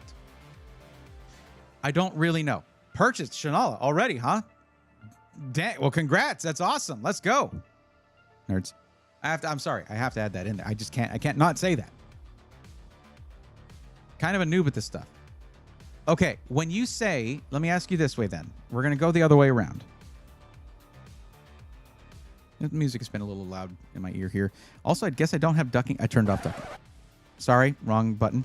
There we go. Stay on. Thank you. Okay. I have to turn that off whenever I'm ripping packs because it just any light breathing and it turns down the music and it's really annoying. Anyways, it's a little too sensitive, but I can't adjust the sensitivity. But okay. When you say this, when you say content creation slash video editing, what are you thinking of doing? What kind of content creation are you chasing after here? Are you interested in? I mean, obviously, I support that. I am that. That's what I do. So what, like, I'm not trying to dissuade you from I'm not trying to keep you from doing it. But what are you thinking of when you say that? What kind of content? Are you thinking about just like making TikToks? Because you could just like do that on your phone. A lot of big TikTokers do. They just make it on their phone. If you're talking about taking gameplay footage or you're trying to do videos about producing music, cool. But I just need to know what you're looking to do there. Like on a surface level, like, you know, just, you don't have to go in depth.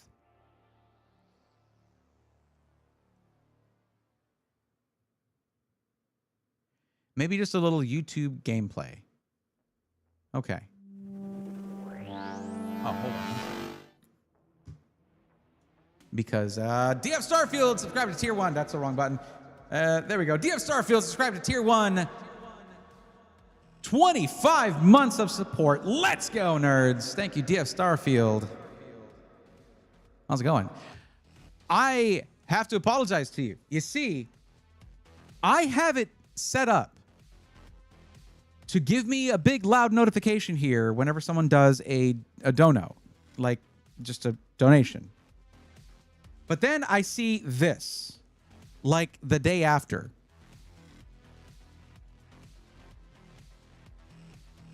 And I heard nothing. Thank you for the $25 dono. I don't know what that was for, but maybe for the 25 months that you've been subscribed. I don't know, although you just hit that. Thank you, DF Starfield. I appreciate that. That's really cool of you. Thank you. And I'm sorry that my notifications for that just never seem to work. I don't know why. And it's all through Stream Elements, too. Like, the donation thing is through them, and the notification thing is through them. And they're like, I don't know what to do here. What are you talking about? All part of the secret plan. Yeah, absolutely. So no face cam. Okay. You mean for your content? Okay.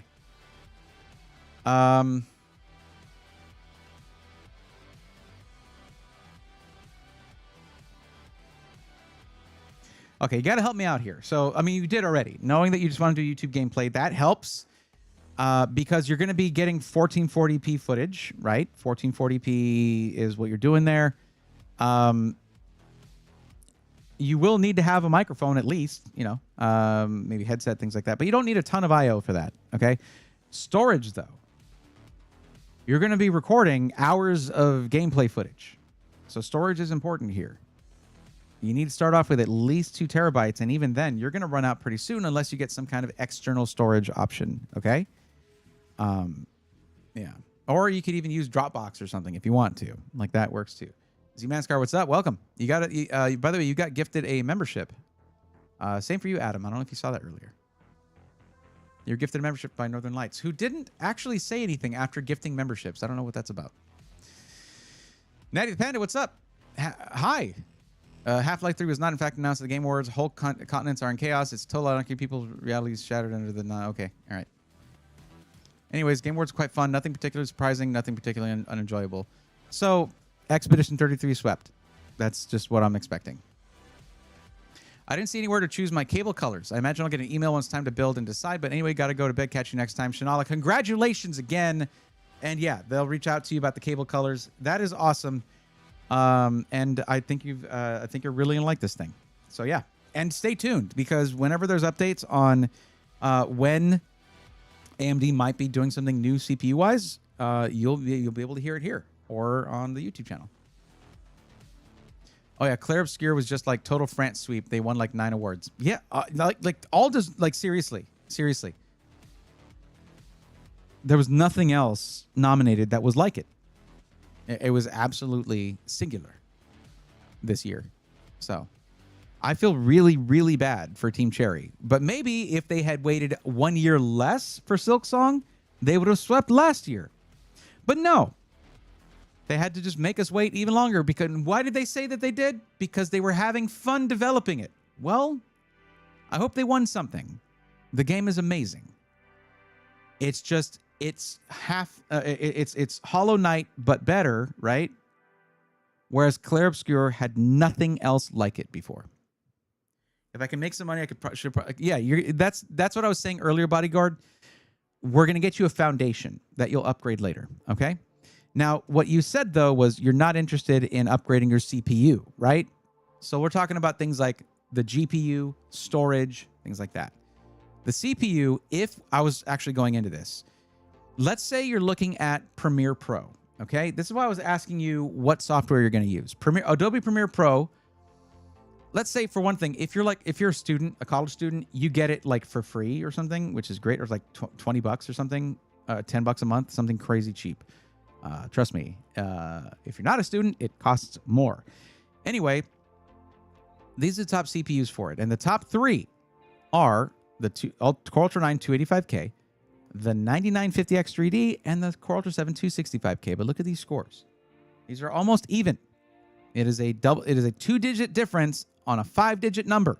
That is a very close score. I basically look at these as tying for second. Okay? The 9950X 3D runs just under $700. The Core Ultra 7 265K, I got mine for $265. It's crazy. Absolutely crazy.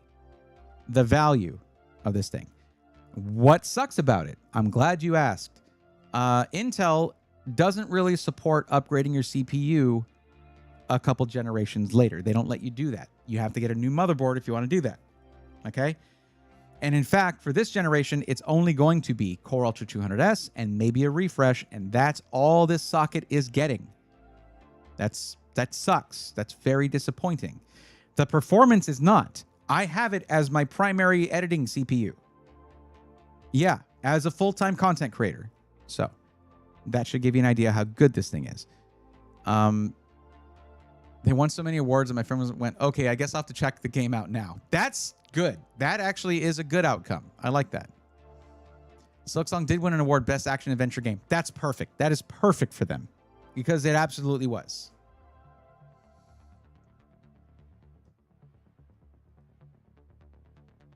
And Jeff Trains just dropped a membership for the YouTube community. Let's go, nerd. Thank you for that. Welcome to the Swarm.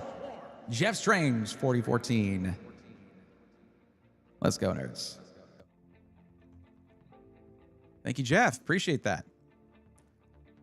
I didn't know if it was worth it. What do you mean? Upgrading your CPU down the line? Anyways, this is just really good. I'm on the wrong screen. This is just exceptional for this. Every single CPU on this list, except for the one at the very bottom, every one of these costs more than the one that's tied for second place, the 265K. It really is the best value for content creators for the CPU on the market. Full stop. Now, if you're going to use DaVinci Resolve, it's a little bit different. Wait, where is DaVinci Resolve? Where is it? DaVinci Resolve. It's a little bit different. 265K is down here, pretty much tied with the 9900X and the 9950X. They're very close to each other. Okay, and then the 9950X 3D and the 285K are both tied as well. So basically, again, tied for second. And again, every one of these CPUs is way more expensive, man. Like way more expensive, except the one on the bottom, the 9700X. If you're wondering where the 9700X excels, it is here in Photoshop. It's number one. Confusingly so, but it is the peak consumer desktop CPU for Photoshop. I don't know, something magic in those 8 cores. Anyway, welcome back, Jeff. Glad to have you. So what I would look for is a system that has that's in your price range, okay? But we're really going to have to min-max to make that CPU fit the budget. So min-maxing, I usually start at Skytech. We'll move on from there if they don't have anything. Because they don't use a 265K often enough, I'll tell you. So if I go here and I look at CPUs, there's a 265K, and lo and behold, we hit something right here. I wasn't expecting this, but we did it. Holy cow. And it has a 5070. You said 1440p. 5070 is very, very good for 1440p. I was like, this is where we'll go first. I wasn't expecting them to be like, hold my beer or hold my energy drink or whatever. I should have drank this earlier. Like, I'm probably just put the rest in the fridge.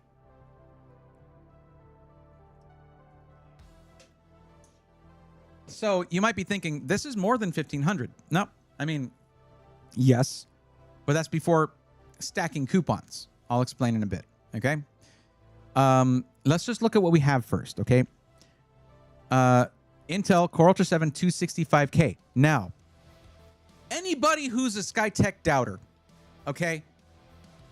I'm going to ask you a question right here, and you tell me, okay? Where is the F? Where is it? For anyone who's like, oh, Skytech, it's high volume, they cheap out on everything. Why didn't they put a 265K F here? Because they're not like that. They're not like, oh, you know, high volume, they're the worst. No, they put a good CPU in here. They didn't try to save 20, 30 bucks just to put an F SKU in here. They got the F out of there. Thank you. I appreciate that. Did they cheap out on the RAM? No, 32 gigs DDR5 6000. That's a great frequency there. They didn't go for like 5600. Did they cheap out on the storage? Probably kind of. It's 2 terabytes, but they don't say Gen 4. So it's probably not the fastest storage out there, but the capacity is nice. 2 terabytes. And for gaming, your storage speed isn't that super important. 360 millimeter AIO. In the Azure 3 Black case, which is a... Which case is that? Is that an XR? Hold on. I'm not showing you guys, but whatever. Anyways, B860 motherboard, 850 watt, 80 plus gold power supply, and a 5070. And it looks good. Now, I can't see the I/O on this. I wish I could. I wish I knew what motherboard this is, but I'll tell you, it's not what is pictured here. As the text down here would tell you, what you see here is not exactly what you're going to get in your system, which is good because for some reason in every hero shot, they use an MATX motherboard and a full ATX case, probably because Jeff knows it would bother me in particular.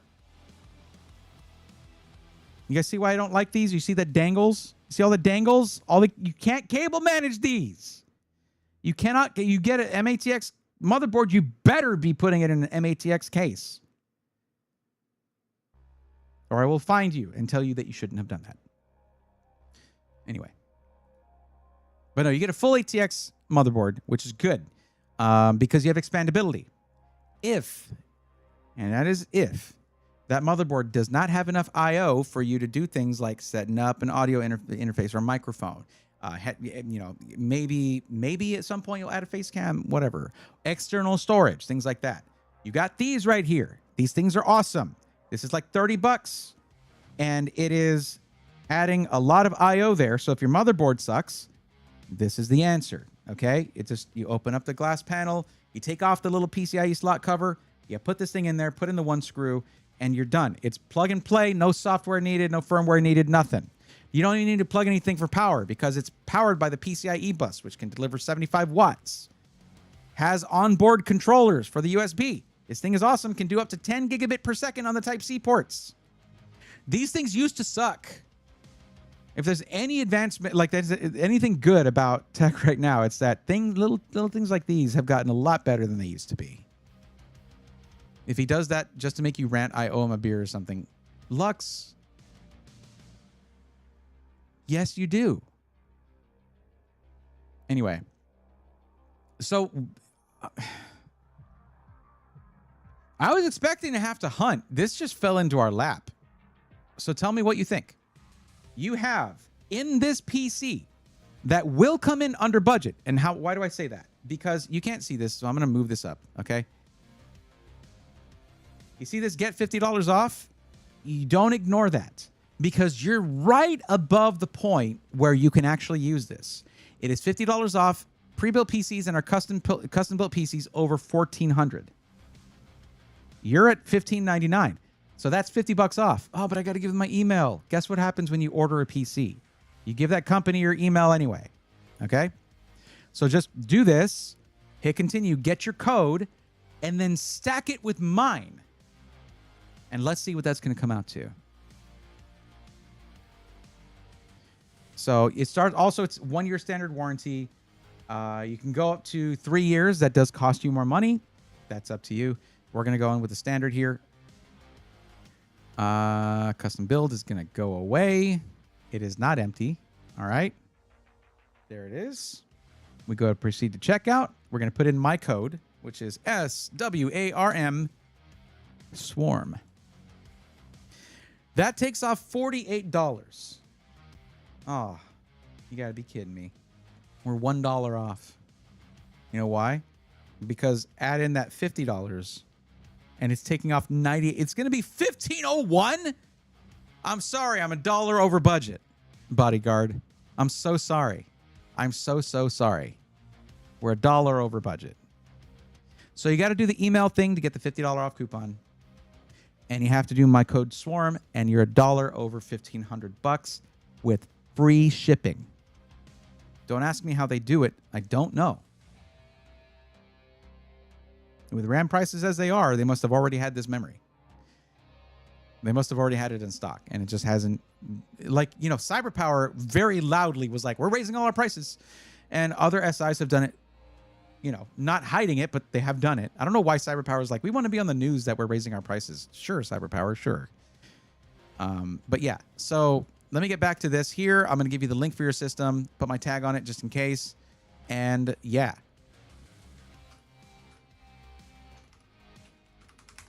That'll do it right there. Okay, here's your link. That adds my tag to the end. I don't know if it automatically puts in code SWARM for you. Just check it in case it does. But be sure to put in your email to get the $50 off and combine those two. Because, yeah, we did it. The only thing I got to worry about now is taxes. So, yeah, that's not included in your budget anyway if you paid attention on the form. But, yeah, that was exactly what we needed. Thank you, SkyTech. It feels like I'm not doing my job when it's the first thing we look at. And it was kind of the same thing for Shonala Cerberus because Shonala already knew what they wanted. I was just like, we were just going back and forth between two PCs. Y'all are making this too easy for me. You must know I was tired from my trip.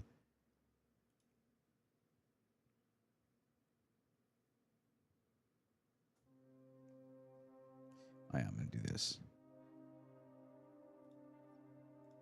Bodyguard, you got to tell me what you think. If you think it's the best for my money, then cool. Yeah, so what you can do down the line, because it's Intel, if you get matching RAM, you can actually usually go 4 sticks of X16 of 16 gigs and have 64 gigs. You got to be careful with that. Maybe look up, you know, tuning your RAM. But I have run 4 sticks of DDR5 6000. The thing is, that was on a really nice motherboard with a lot of PCB layers, so great signal integrity. It might not work on this. So run with this 32 gigs of RAM, and the fact that you're just pretty much doing gameplay videos for YouTube, you should be okay with 32 gigs of RAM. Bodyguard, I'm going to give you homework right now, okay? Listen to this. Listen to me, okay?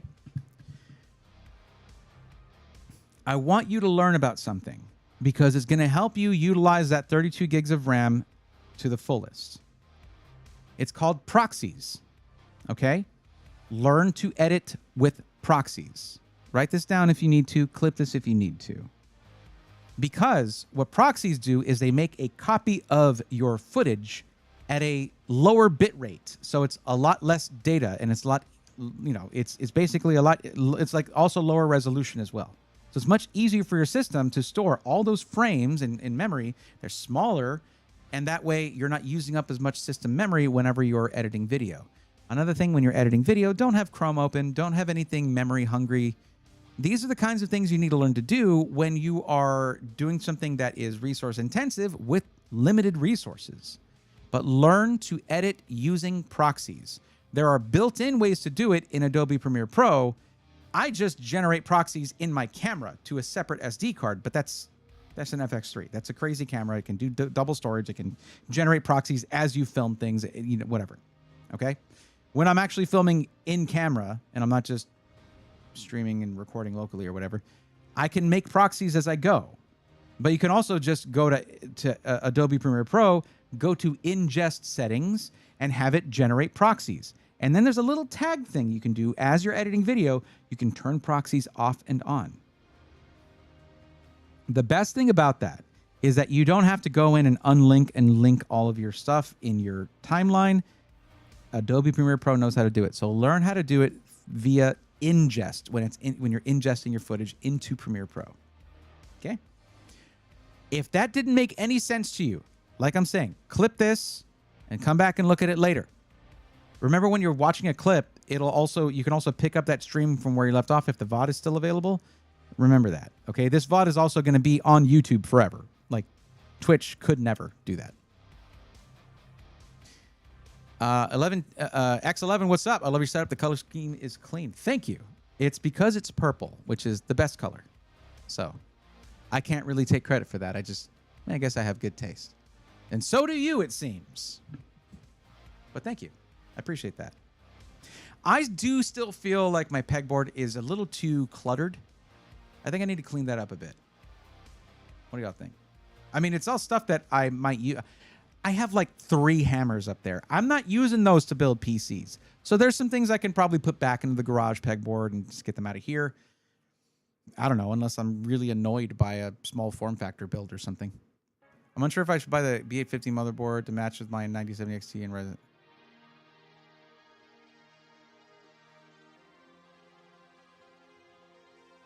Well, okay, so as for the chipset, I don't know. It's all about budget there, X11. But if you're trying to match all of your brands, like if you're trying to match Gigabyte motherboard to Gigabyte GPU, there's nothing wrong with that. So do you have a Gigabyte GPU? And also Ryzen 7 9000X3D, you mean 9800X3D. I mean, motherboard, you have to make sure you have solid power delivery. So don't cheap out on your motherboard too much. Like, get one that's decent at least.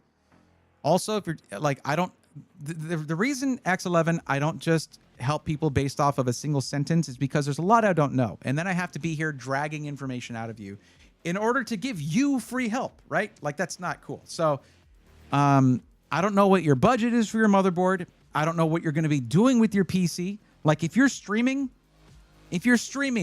on doing gaming, streaming, content creation, whatever, I don't know any of that. If you're going to be doing streaming, you need a lot of USB ports on the back. I don't know what board you're talking about, because Gigabyte has multiple B850s. So I got very little information available to me to help you out. And that's the situation we're in.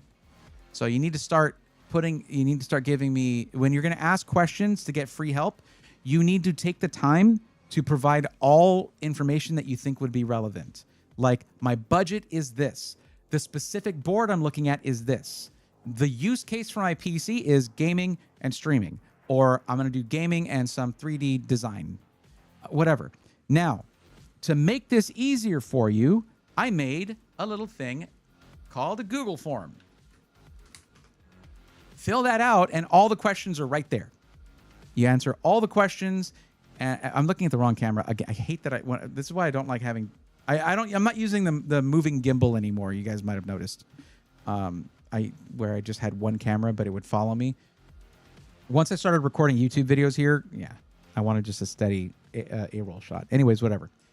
Fill out that form, and it will basically push you to answer the questions that will help me help you. No problem. JH, what's up? What's up, Brayton? Just want to let you know, SkyTech honored the refund placement order with stints. Cool. That's good. Good deal. Yeah, stints has got you. Jeff's going to take good care of you, for sure. And as for me, it's time for Mega Dreams, because I just finished helping out another person. I don't have anybody, apparently, waiting for help right now. So, anyone who wants help, you gotta fill out the form. And I want more of y'all to do that so I can open more Pokemon packs. Okay? Because I've been really excited about this Mega Dream thing. Hang on one second.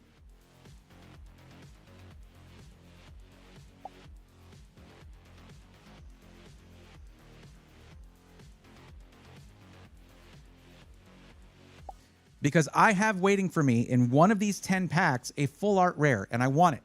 I want it right now. And I don't have it yet. So,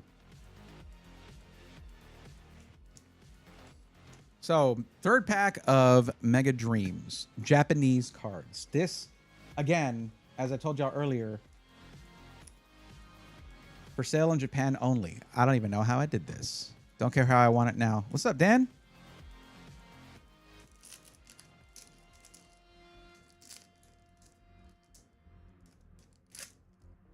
I didn't say that, though. Not exactly that way. Close, though, I guess. These are a little, I feel, harder to open than the packs I've opened so far. Like, I'm doing it wrong, I think. There we go. That did it.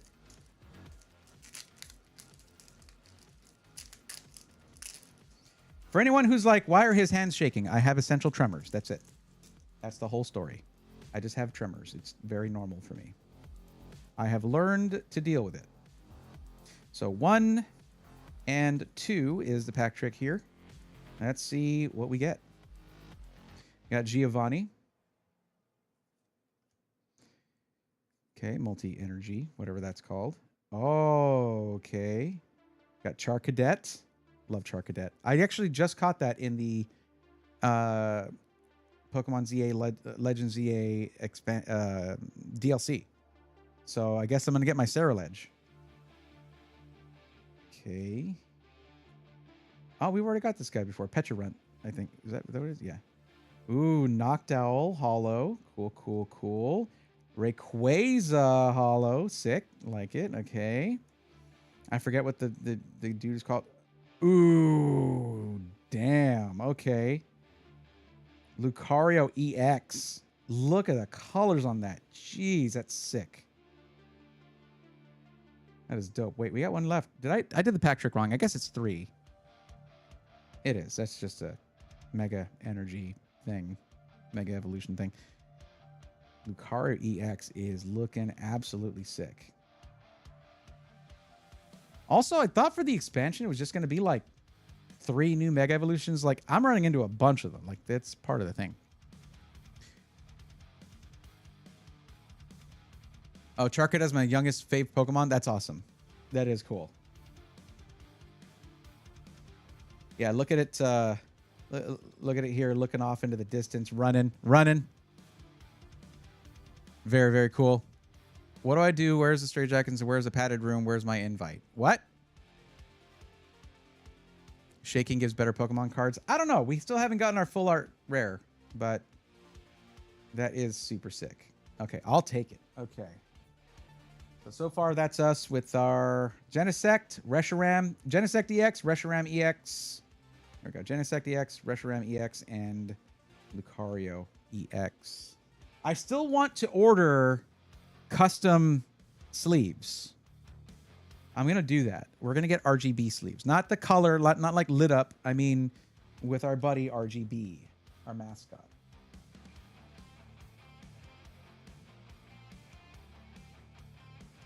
And I'm going to put those in the binder soon. I'm basically making dedicated pages for EX Pokemon. EX cards, essentially. Just still no major hits yet. Nothing major. We'll see. I got to help more people. X11's here, so let's get to that. Okay. Australia, eh? Okay. That's it's not Canada. I don't know why I said A. Australia. Some Australian stereotypical sound. Sure. My thing for Canada is Canada A. I wasn't even doing it as Canada. I was just saying, literally just saying Australia, eh? Okay. So, parts list. What did you put your parts list here? Okay. So, no PC part picker list for me to work with here? You said who else needed help? Okay, I got you. That's okay. The thing I love about Pokemon cards is that it'll never get old. Unless you never catch anything. Unless you never get anything good. I mean, I guess it might. I love bugs and bug Pokemon, and to this day it fills me with nothing but rage, wrath, and contempt that Yanmega's Pokedex says the six-legged Pokemon is easily capable of transporting an adult in flight. The wings on its tail help it stay balanced, and yet it can't learn fly. Yeah. Well, Natty, Girder can't learn Steel Beam. I think they're doing this on purpose.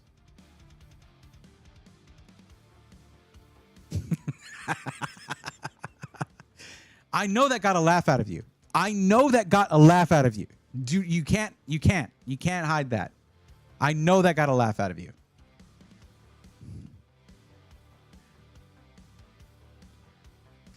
Okay. So X11. Do you have something like a PC part picker list?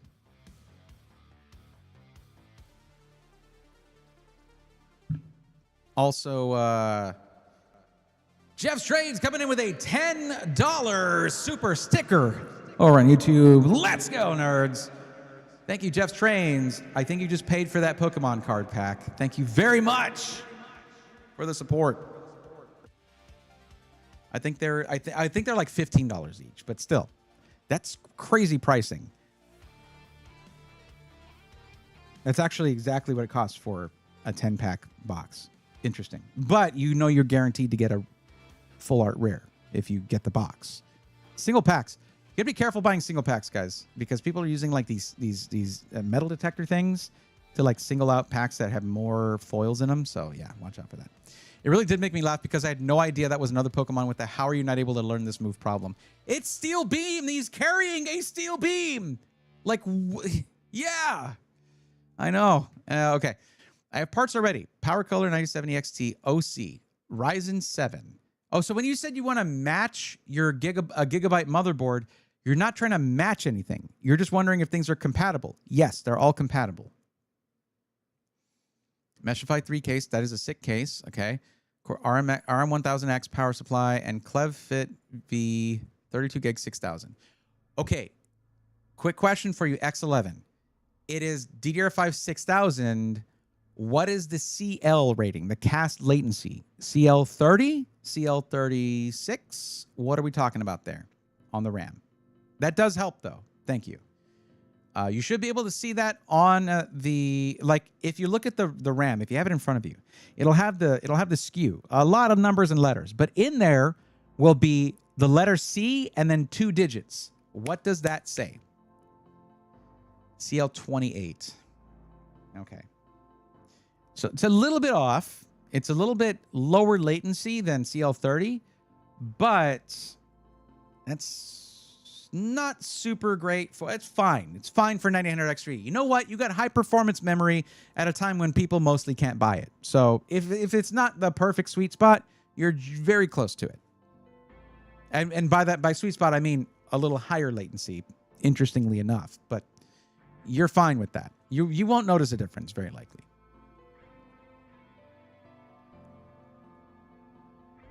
Well, now, Natty, you have another one you can add to the list. There you go. Awesome. I just don't know what motherboard to get. Right. I got that. So looking at your use case, it's just gaming. Right? It's just gaming. So with that in mind, if we go over to PC Part Picker, I'm actually going to do this for you. I'm going to put together a PC Part Picker list just for you. This is great because you will have this in the future for when you want to do upgrades. You can refer to this list and see what you have and make sure that any upgrades are compatible. I got you. Okay. Let me just try to get everything correct here. Okay. So CPU, 9000 X3D. It's a top option there. And there you go. Actually, hold on. Let me change this to Australia. There you go. Why did it shrink everything when I put Australia? I don't know. But now it's in Australian dollary dues, so there you go. Cooler. What cooler did you get? Let me see your list here. Oh, you didn't get a cooler yet. Well, I'll be able to help you with that, so that's good. You do need to cool that CPU. Not sure if you knew that. It does need cooling.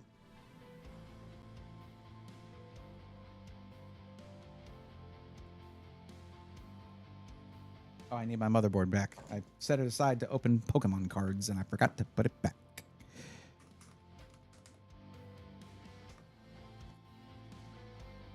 And it was a Clev fit. Yes.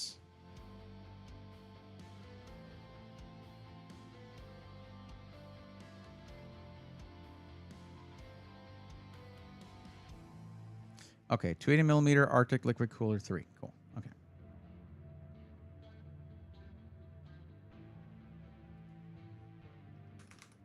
That ought to narrow it down. It's all in white. I don't know why, but sure. Okay, DDR5 6000 CL28. So for those who were wondering what I was talking about when I was talking about first word latency, X11, I've talked about this earlier. Just yesterday, I was up in Austin talking to, I was in the AMD labs talking to some of their engineers, including the guy who made Expo, which is the overclocking profiles for RAM. But first word latency right here. This is actually the number that matters when it comes to AMD Ryzen CPUs. And for 7000 and 9000 series Ryzen CPUs, like the 9800X3D, you generally want this number to be 10. 10 nanosecond first word latency is what you're looking for. And you'll notice it's basically an equation between the frequency and the latency, CAS latency. So you'll notice when you go to higher latency, you achieve that 10 nanosecond. Yeah, thank you. Hold on. Let me do this right. X11 TTV just gifted a tier 1 sub to the community. Let's go, nerd. That's a tier 1 sub for Rajath 7.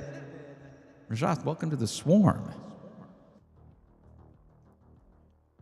You could also, thank you for that. I appreciate it. You could also gift yourself one. I mean, you could have done that instead. I appreciate that. Is generous of you, though. Just use a block of metal to cool, says Juhani Laho. That doesn't work, but I mean, I guess it technically could if you give it fins and more surface area, but that is, yeah, not good advice. Okay. So I'm just going to choose this memory here. 587 Australian dollar dues. Now, let's do the rest of this before I move on. But no, I appreciate that. Thank you, 11. I appreciate that. Let me see what you said about storage. You didn't mention storage. You are going to need storage to put your operating system and your games and such. So is that something that's also on the way? Let me get the cooler. Arctic 280.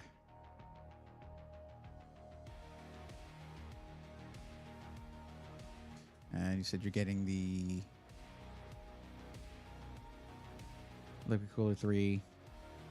I don't know which one, RGB or not, I guess, but I'll just choose the one that it doesn't. I mean, is it RGB, and is it in black or white? Is it RGB, and is it in black or white?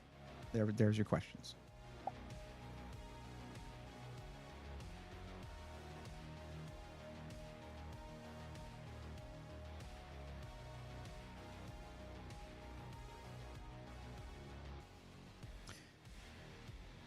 Hello. Sorry, I disappeared for a moment. Okay. Liquid Freezer 3 in all black. There it is. Neat. If I'm giving you this list, I just want to make sure it's accurate. And we'll figure out a motherboard for you. We just want decent power delivery for the 9800X3D. And remember that 9000 series improved power draw and thermals, while also giving you overclocking capabilities. So we want solid power delivery for the motherboard. Storage is you have a 990 Evo Plus, 4 terabyte. You go Samsung, 990 Evo Plus, 4 terabytes. There it is. That's a solid drive. Absolutely. Onboard DRAM cache and all that, I believe. Gil Almighty, what's up? I'm doing good. How are you? I'm doing well. Wait, my CPU needs cooling. I knew there was something wrong with the instruction manual. Told me to glue a glowing red hot steel brick to my CPU. I knew something was up when I get the steel brick custom made. Wow.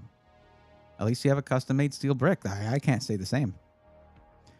Power Color 97XT OC. There's going to be multiple of those. I'm not sure which exact model it is, but let's just look up Power Color here. 9070 XT. No, that doesn't work. There's multiple OC versions. The Hellhound, the Red Devil, Red Devil EOC. They're in black and white as well. Red Devil Limited Edition OC. Which one of these would it be? I just want your list to be accurate again. Red Devil, got it. Red Devil OC, done.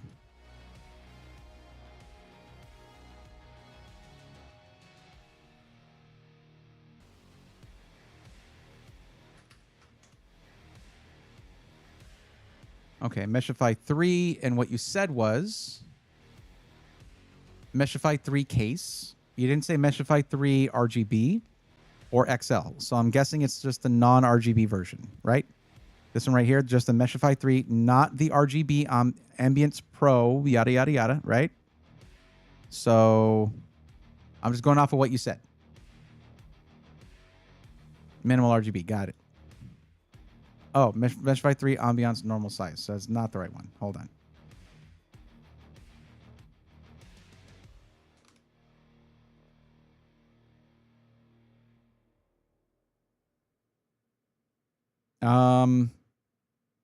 All of them say Pro RGB after Ambiance. Ambience, Ambiance, whatever you want to call it. So it is RGB. Okay. I wouldn't call that minimal RGB, but you don't have hub lighting on the fans. That does tend to make it a little more tasteful, a little nicer.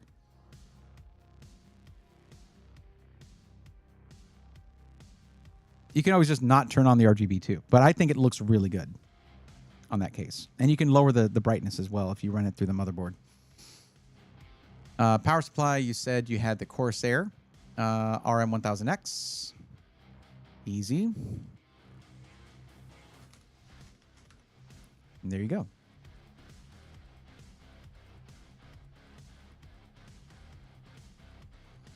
Now we get to pick a motherboard.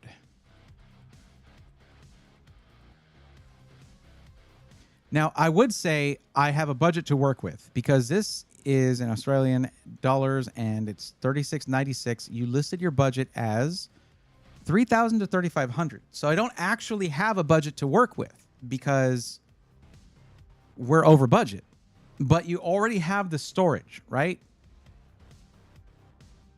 I don't know. We're just going to get you a solid motherboard, all right? Let's just do that. Okay, so we're going to do price first, then we're going to go full ATX only. You were mentioning Gigabyte, but there's not really anything to match up with that, as you were saying earlier. So, like, you're not getting a Gigabyte GPU, so you don't need to get that for, like, oh, my Gigabyte software is going to, like, the Gigabyte, what is it, RGB Fusion 2.0 to control the RGB on my GPU and my motherboard, yada, yada. It's not that. Happy to go over budget, just want to bottleneck myself. Are you sure about that? Do you want to bottleneck yourself? You're not doing it. This is good. Like, you're not bottlenecked anywhere. I'm guessing you meant just don't want to bottleneck myself. Am I right? Did I guess correctly? Don't want to bottle myself. Okay. We're getting there. That's okay. That's okay. You know what? For the fact that you're on mobile doing this, you're going very quickly. That's good.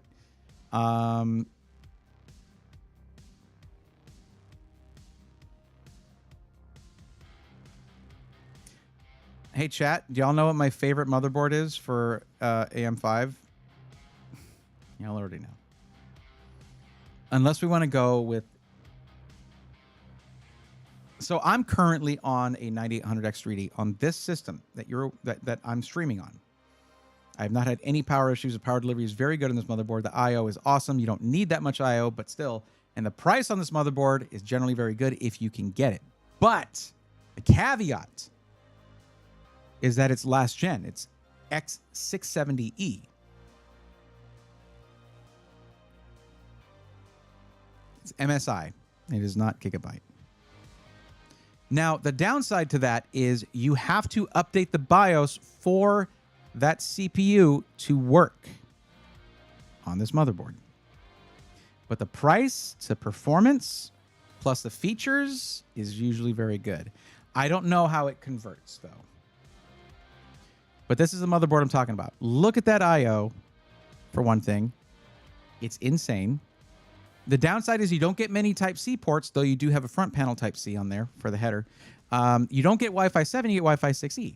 And you don't get necessarily 5 gig Ethernet, but I doubt you were going to use 5 gig Ethernet unless you have 5 gig fiber or something.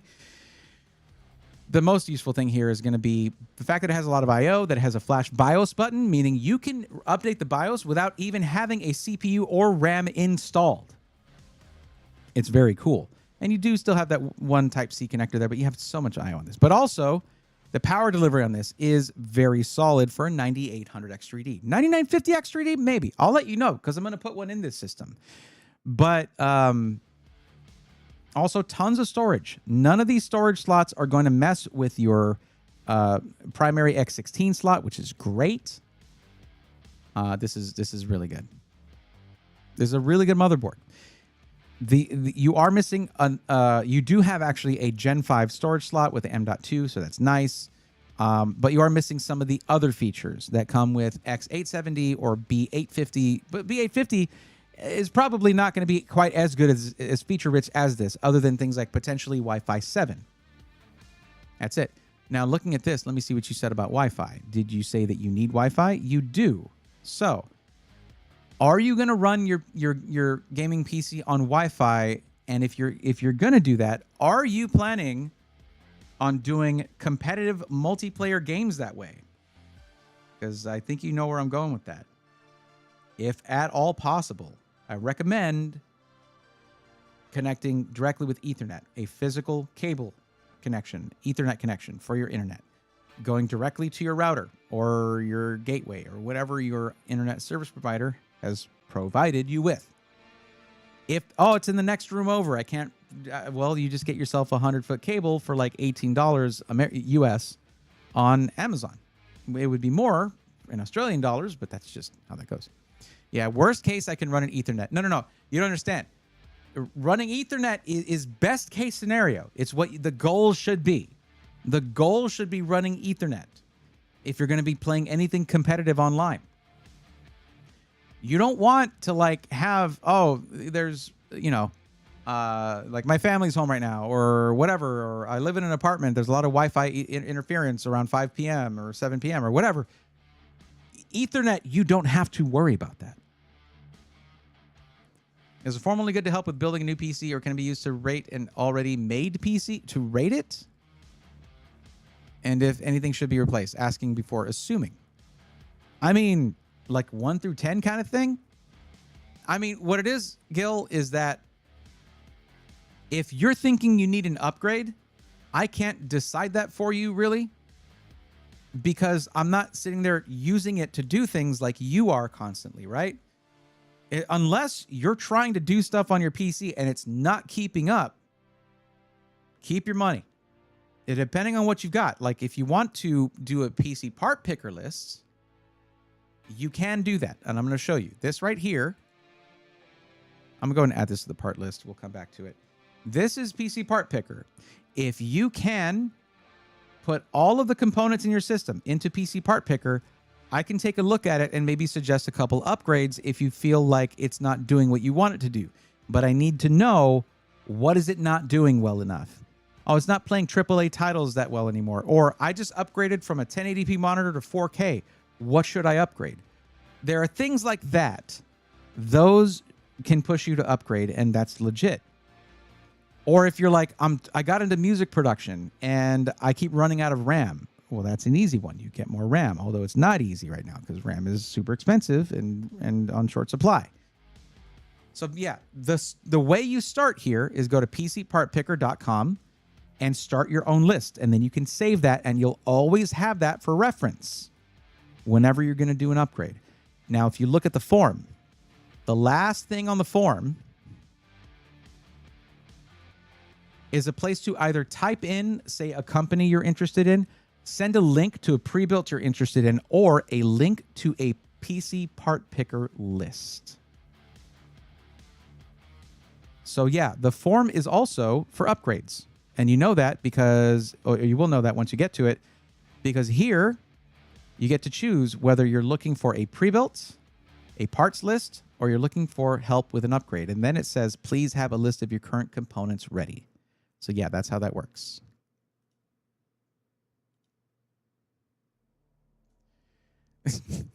Hi, Peckish. Peckish says, what's up, Bluetooth? No, they're mostly off-white, actually. Like a little yellowish, I guess. I don't know. I try to do my best. Take care of them. I love aiming for a bottleneck. Ran a GTX 1650 and a 9000 XTD while waiting for deals. Nice. Sup off-white? Thanks, Peckish. I feel like that is a little questionable to say in a thing. I missed most of what you were saying. Sorry, ads. I'm literally in the middle of helping someone else. I completely stopped so that I could help you and give you helpful information. And then it's like, can you say everything again, please? Yeah. This is PCPartPicker.com. Go there, get all the parts from your PC, put it in the PC Part Picker list. You can then save it. And you could also link it to me. If you look at the form, in the form, you can choose upgrade, which says, please have a list of your current components ready. There you go. And at the bottom, there's a place to put a link for a PC Part Picker list, as it says right here. There you go. Okay. See, this is what I'm saying, guys. I don't control the Twitch ads. I wish I had more control over that.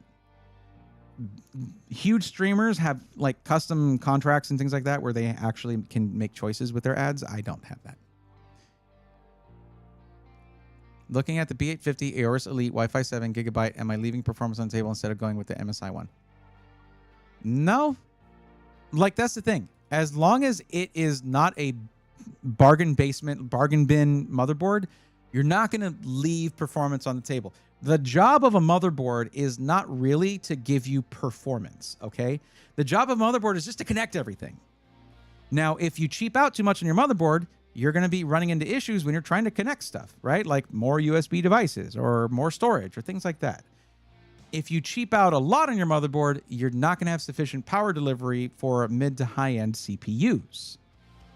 But anything Aorus Elite is generally going to be able to run any CPU that fits in the socket. So you're fine with that. If you want that one, go ahead and do that one.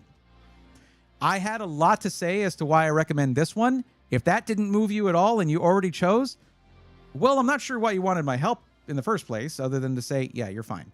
But, hey, now you got a PC part picker list. Let me just correct the motherboard.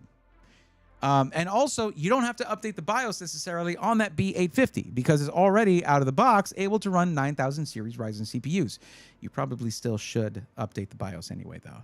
Let me go here, put in Aorus Elite. Here we go.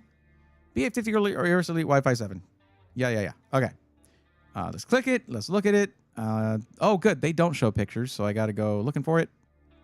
Let's go do that. It doesn't actually hurt my feelings if you don't go with the thing I suggest. I just really like that motherboard I suggested.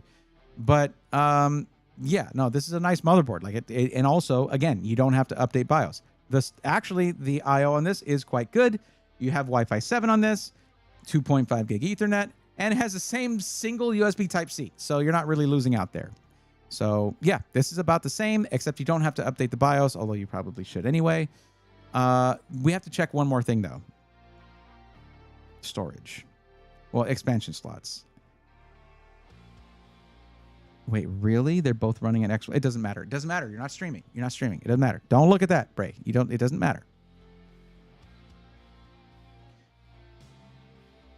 storage interface. One is PCIe Gen 5, Gen 4, Gen 4.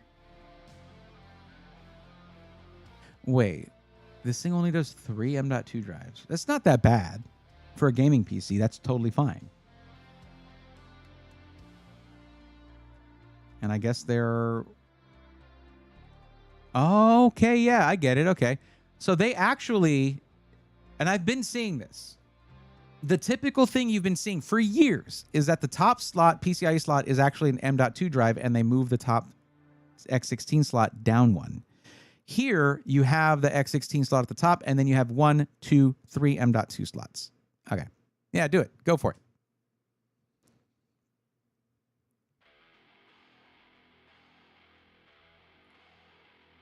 Oh, this is cheaper, actually. I didn't realize how much more expensive the other one was. I didn't look at the price because I didn't convert it. I couldn't convert it in my head. No, this is way cheaper and just as good, if not better. So go for it. Sure. Okay, there's your list. I'll save it for you, send it to you. You're good to go.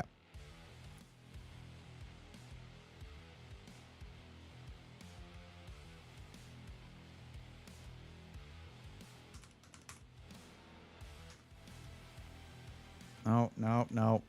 It's a new keyboard for me. I'm still not used to it.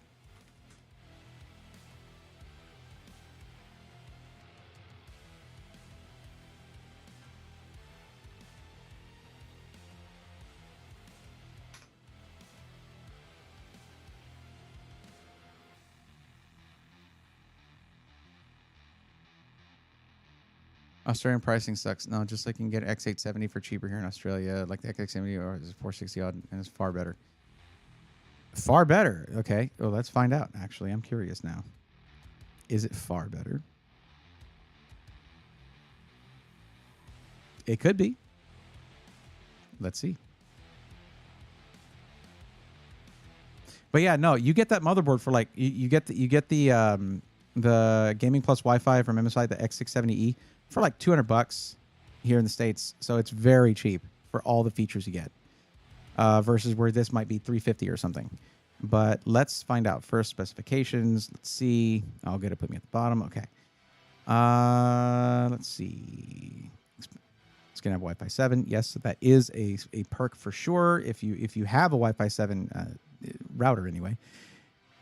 Oh no! 2 of the M.2 slots share bandwidth with the X16. Oh no! And this thing has 4, so you're down to 2 if you want to get full bandwidth for your GPU. Oh no! These are the kind of shenanigans that keep pushing me back to the X670E. I hate that.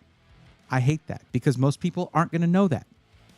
And if you got someone who's going all out and they got a 5090, they're losing frames like a lot on this if you go to X8 instead of X16. Let's find out. Let's look at IO gallery. Not bad. Not bad. Is it? No, it's a different motherboard. What am I talking about? It's not bad is what I'll say. You're getting similar to this. The only difference is dual USB 4. That's it. Which is required. Like this is not Gigabyte being generous. If they want to make an X870E board, they're literally required to put dual USB 4. So it's not like Gigabyte being the good guys here, right? Like this space right here, this little ventilation, ventilate this way. This is stupid. This is an excuse to not put more USB ports. For the price of this thing, it should absolutely have a ton of USB. Now, the good thing is that you have USB 2.0s up here. 4 of those. You put your mouse, keyboard, headset, things like that up there that don't require a lot of bandwidth. And then these are all free for things that are needed for, and also 2.5 gig Ethernet. A lot of boards you're going to see, like what is the price range on this? I'm going to double check. I'm going to double search this just to look at the prices.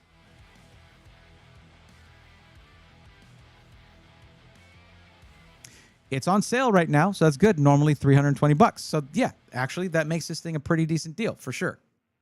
When it was new though, $320? Nah, not really. But yeah, decent price on that. Well, Best Buy has it with these. These might not be the right motherboards. I just realized there's 2 different motherboards here. I can't look at those prices. These are the right ones, and they're anywhere from $250 to $354. Whereas I've seen the Gaming Plus Wi-Fi for anywhere from $200 to $250 or so. So if they're both at $250, you get this one, 100%. Just understand you only have half the amount of storage slots they say you do if you want to have your full X16 slot. That ruins a motherboard, in my opinion.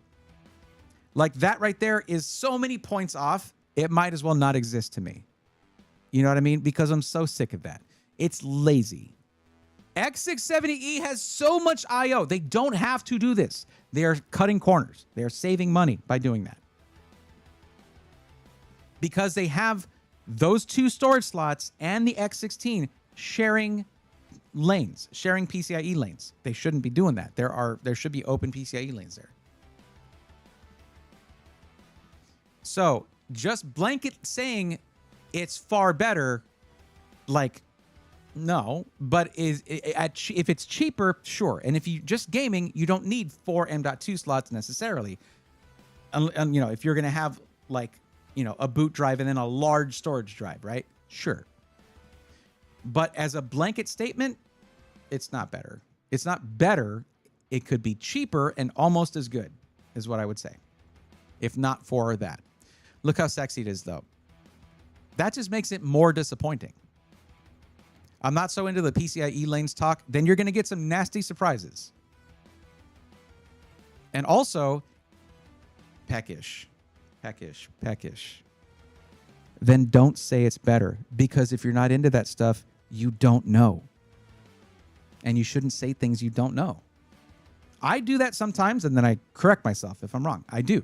Like, all of us fall for that, right? We all feel like we know. But if you're going to give advice on motherboards, you better be ready to dig. Because that will trip people up. That will trip people up. If you're giving advice to other people, and you're like, I'm going to give advice on motherboards, but I'm going to ignore the most important thing about motherboards. It's all run off of PCIe lanes. Everything you connect to it, other than RAM and the CPU, they all connect to the CPU through PCIe lanes. Even the chipset stuff that goes to the chipset, that goes to the CPU through PCIe lanes. What are you talking about? You can't say you know about motherboards if you're not into the PCIe lanes talk. It's the most critical thing about a motherboard. How did the manufacturer utilize the PCIe lanes? What do you mean, peckish? TJ Sparks, what's up? Basically, listen, if that's how you're going to approach it, where you're going to see the most important aspect of a motherboard and just say, like, I'm not into that. Do not give advice on it. You have disqualified yourself, because that means you're not qualified for it. So you're disqualified, okay? Give advice on other stuff, sure. I can't believe I read that after you were making claims in chat.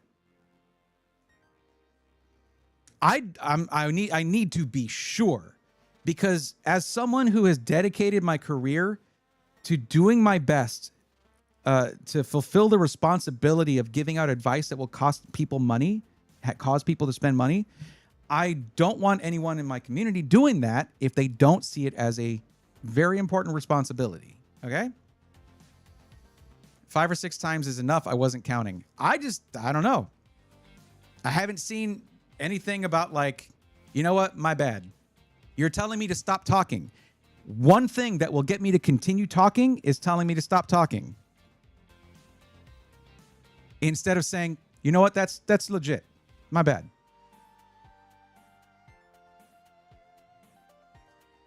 Like, if you're going to give advice, know what you're talking about. Talking about things in motherboards, from what I've seen, am I correct in asserting that motherboards and storage, in particular the speeds that USB ports can transfer data, have moved away from SATA cables and internal SSDs, HDDs, and to NVMe's and external storage? For the majority of users, it's via M.2. SATA is just hanging in there. It's mostly useful if you have old drives you want to migrate to a new system, or if you are going to be cold storing large files. SATA 3 has too many inherent flaws in terms of simultaneous traffic. You can't have simultaneous traffic with SATA 3 SSDs. It's one way or the other. So if you're trying to read a file off of a SATA 3 SSD, like a 2.5 inch, while also writing to it, it's going to be like, nope, not happening. Nope, that's no. So M.2 is the way to go for most users, like the vast majority of them. You have 2 SSDs and 1 HDD, and all of them are connected via SATA cables. Yeah, so what'll happen, particularly Natty with the hard disk drive, is that, and one thing that bothers me. Now, one thing that's important when you have storage, if you're going to remove it from your system, you need to plug it back up in and run that now and then. It can lose its data if it sits for years and never is referenced or anything like that. That can happen. But it's also just called cold storage. That's what that is. Anyways, but you'll see in some places where they have hot swappable hard drives and things like that, they will rotate them in and just run them now and then just to keep them going. I'm getting too far afield here. The downside to having a hard disk drive, a mechanical one, in your system all the time, it depends on the health of your Windows OS, because and how much data you have. Because if you have a lot of stuff, a lot of small files, a lot of this and that, and a lot of it is not simultaneous written stuff, so it's you've deleted things and then added new things, so it's all random read write. Windows, when you open File Explorer, will try to index all of your drives. And for M.2 NVMe drives, that's like that. For SATA SSDs, 2.5 inch, that's not too long. It doesn't take too long. For hard drives, if it's I had an 18 terabyte that I had to take out of my system because it would just index for 5 minutes or something. It was crazy.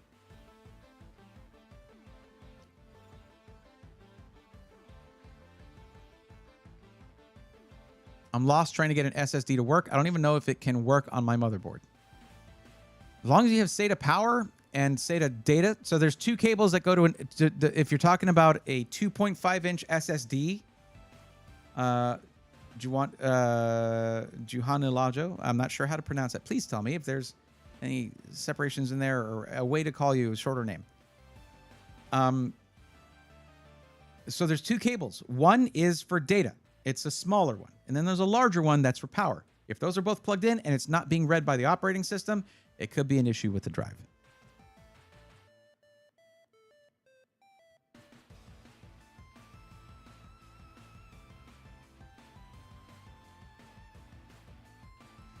Oh, Peckish, I just went back and saw that you said, I've tested my new 9060 XT 16 gig on PCIe 3 X4 and PCIe 4 X4 and PCIe 4 X16, and they were all within 2 to 5 FPS of each other with the Okay. All right. What I'm talking about is taking a PCIe Gen 5 drive. PCIe Gen 5 GPU. A high-end one, 5080, 5090. And then having it on 8 lanes of PCIe Gen 5. Or even worse, you take something like a 4090, and that's on PCIe Gen 4, which will then downgrade the bandwidth to PCIe Gen 4 speeds, but then you have half of that. You will have a major drop in performance. That is what I'm talking about. Oh, damn. Hold up. Quota Tech PCs came in with tier 1 sub. Let's go, nerds. That's 21 months. Quota Tech. Welcome back to the swarm. Thank you for that. How you been? 9 Fractal says, hola, amigo. Hola, ¿cómo estás? I can't believe it's been this long. It has been a long time, for sure.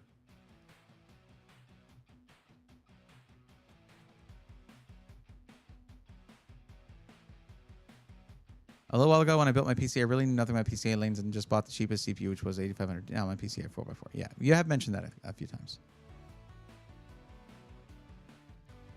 I brought this up because one thing I got curious about is that I know there are SATA to USB converters, and I've been wondering that if I do indeed end up upgrading to a modern computer that more than likely will be using an NVMe, I assume that USB ports nowadays have improved to the point that using a converter would be...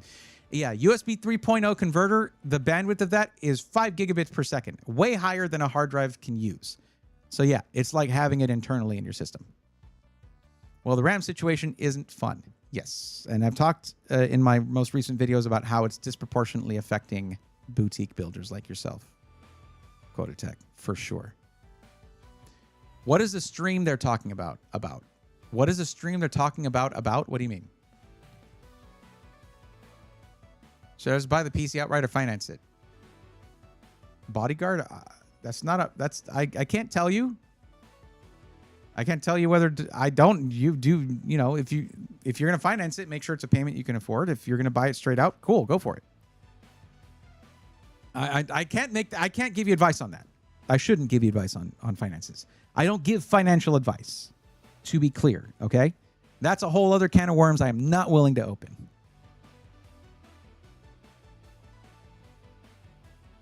Yeah, Natty, the thing about it is going to USB, you're still going to be at the limitations of that SATA connection that is built into the hard drive. There's no getting around that. But it'll operate at its peak speed via USB 3.0.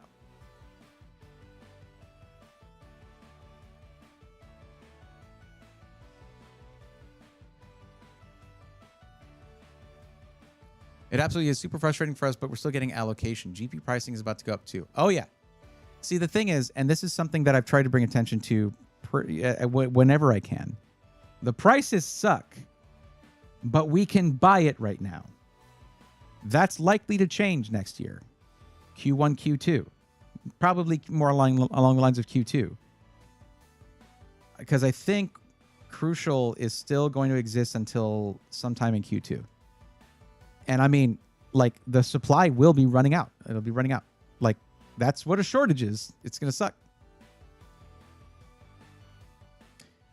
Call me what you want. Doesn't matter to me. I know it's M.2. I think I have 2 terabyte SSD working. The one is that isn't working at the moment is 500 gig. I don't want to do the work of taking it out and putting it in another slot. Well, then it's just not going to work. And you're going to have to live with that if you don't want to do the work of making it work. I'm not going to do it for you. No one, I mean, unless you want to pay somebody to do it for you, there's one person who's going to do it. That's you.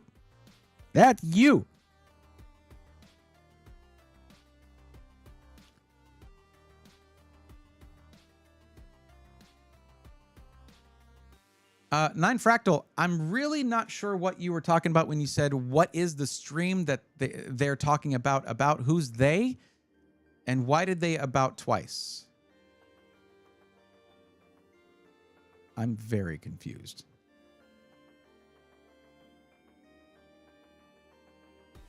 Natty says, that's awesome news. What is awesome news? That we're going to run out of RAM?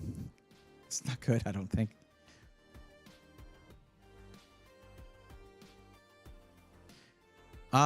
Did I finish helping somebody? I think I did. Didn't I? Did I give you your list? I don't think I've given you your list yet. Did I I think I did. Let me go back up and see if I put the link up there. 11. Yes, I did. Oh, you said, and this is why your advice is awesome. I appreciate that. The B850 we were looking at had that lane sharing. No, it did not. No, it had one SSD, I think, where you couldn't share.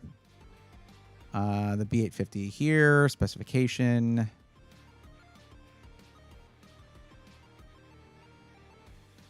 Any day now. Take your time. Expansion slots. Okay, no. Storage interface. Yeah, I don't think it had that.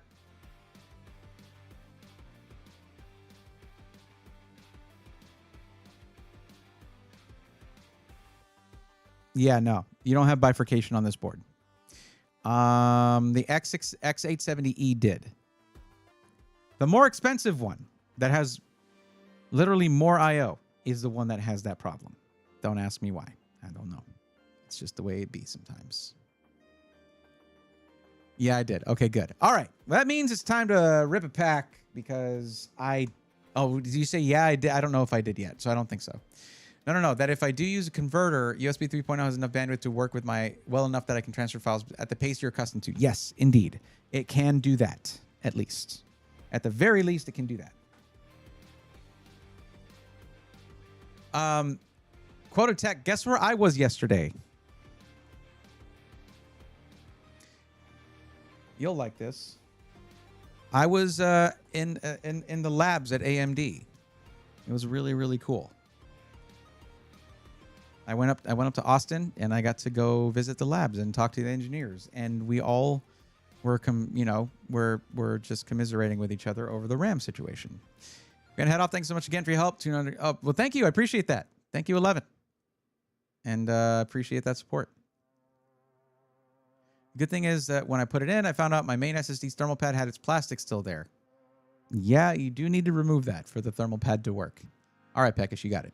Oh, sorry, bro. The description, I already know what your channel's about. That was my question. Sorry, my bad. What is the... Hold on. Okay. I was wondering if I had the wrong stream title or something. Do I? What's my stream title right now? Nope, it's correct. Okay. All good. I didn't even notice I had like 40 people on YouTube. What's up, everybody? If you like what I'm doing, even when I'm not doing it because I'm doing this, then like the stream. Drop a like. I appreciate that. But yeah, I got to... oh, whoa. Okay, hold up. That's going to have to wait.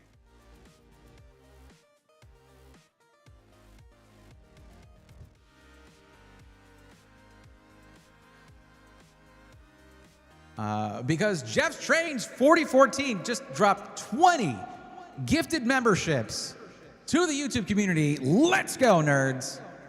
That is a gifted membership for Thornton Willie, Kenneth Davis, David Chandler, Joey Vaughn, Dozilla 77, TC 423, Tyler 317, DJK 827, Gaming Noob, Little Indian 1988, J Dollars 170, Face Off 069, Patrick Manny, Fralor 30108, New to PC Gaming 23, Dragon 25K, Bobby Cook, Wally PC Builder, Said Truth, Michael 6674, and giving it up.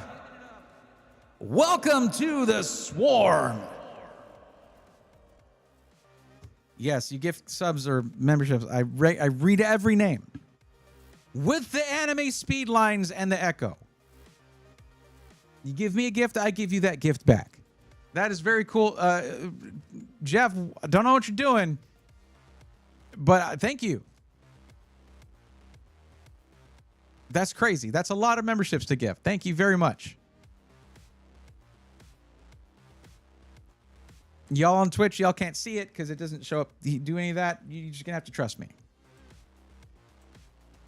King Your Cyber 33 OUC, good evening to you as well. How's it going? Let's go here real quick. 1 second.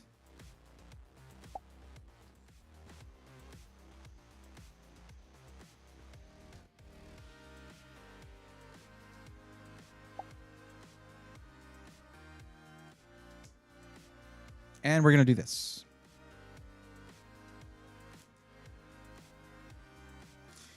This is just what I do between helping people out. And we're doing Mega Dream, the Japanese version, only to be sold in Japan, supposedly.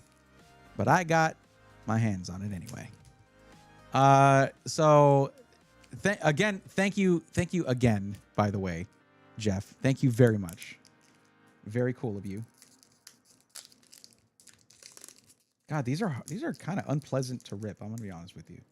I don't know what it is. It's this big old waffly part on top, I think. Just get up. Just get up. There. So it's 3 apparently. I have to do 3 for pack trick. So 1, 2, 3. I guess on the other one I just had 4 hollows on that. Did I do it wrong? Unless I got 4 on this too. Okay, there's what's the poison bird's name? But it's their EX. That's cool. I messed it up, but okay. Sick.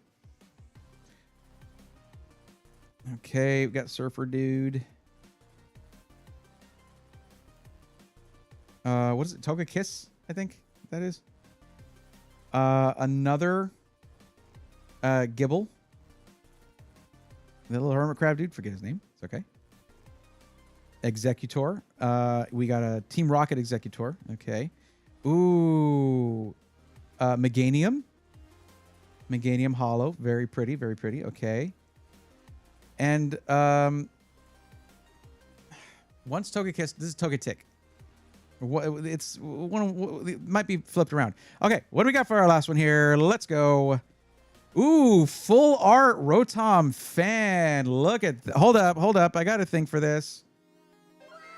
Let's freaking go, nerds. Look at that. Look at that full art, hollow, gorgeous Rotom fan. It's very nice.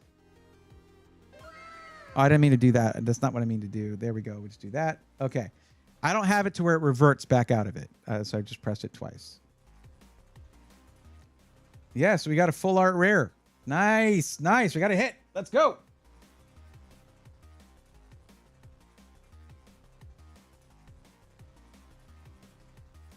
I'll just put this in here till I have sleeves I want to use for these. So I'm supposed to be guaranteed one of these in every one of these boxes. So that might be the last one. I don't know. We get another one. That would be unusual. But there it is in all its glory. Absolutely beautiful. Let me show y'all real quick.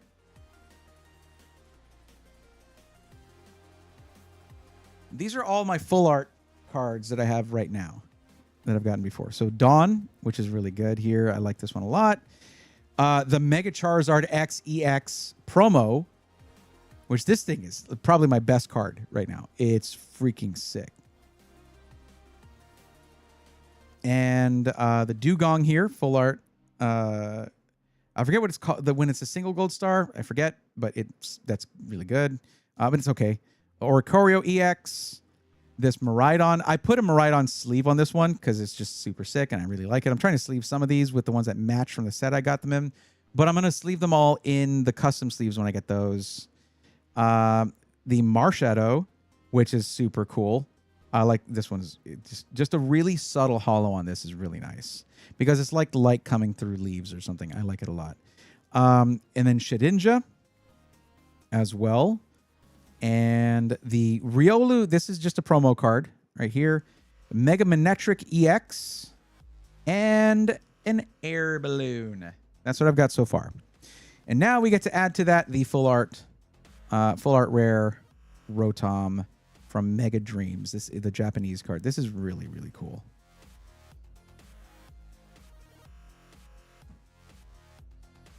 That's a pretty solid. I mean, I just started doing this. That's a pretty solid stack right there. Not bad. I really like this Lucario. It's just really good.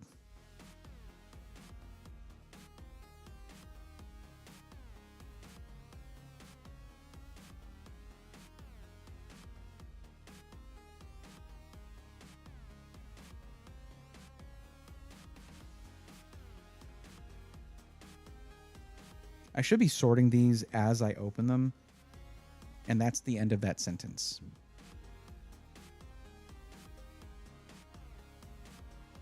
Anyway, I hope y'all still feel this is adding something, a little nice something to the streams when I add this in between helping people. I think it's pretty fun.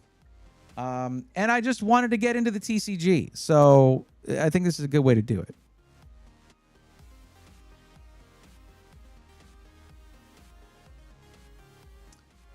Natty says, I have a bit of a stupid fear of messing with my computer's internals. Like, I don't think it's irrational because, you know, you don't have money to buy parts if they break. The amount of fear I have is unreasonable. I haven't cleaned the inside of my computer in a good few months.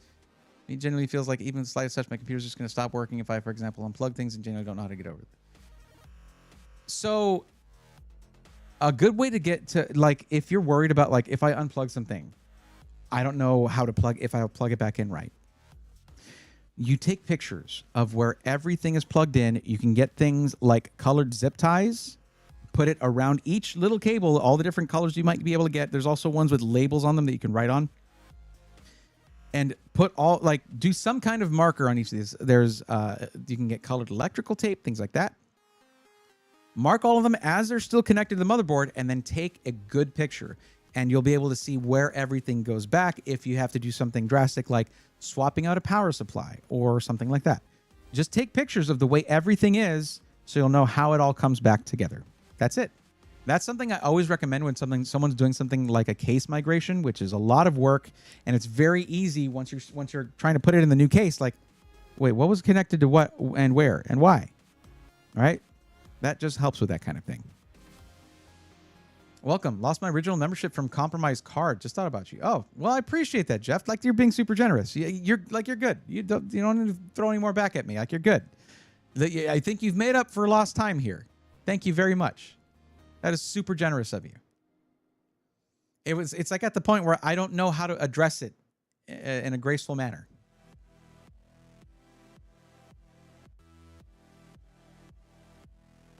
See?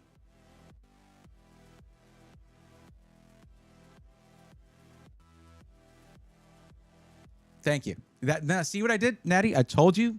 You have no reason to stop showing up just because of that. I just mess with the automodding a little bit, and there we go. You're good. See? Oh, no, that's the thing. Every once in a while, my keyboard's USB just stops, and I have to switch from one port to another, literally just swapping two USBs. And I know it's not going to break my computer, but it still makes me anxious. So one thing that might work for that, essentially, is like it could be something like just updating your BIOS to the latest version can clean up things like that. It could also be a failing USB controller, which is where you just add in, one of these guys, and then you have fresh USB controllers, fresh USB ports. The thing is, you don't want to put a keyboard on these because those PCIe slots turn off when the computer turns off or it goes to sleep, so you can't wake from sleep using a keyboard or mouse hooked up to this thing. It's just a little thing I like to make sure people know about before they start installing those into PCs.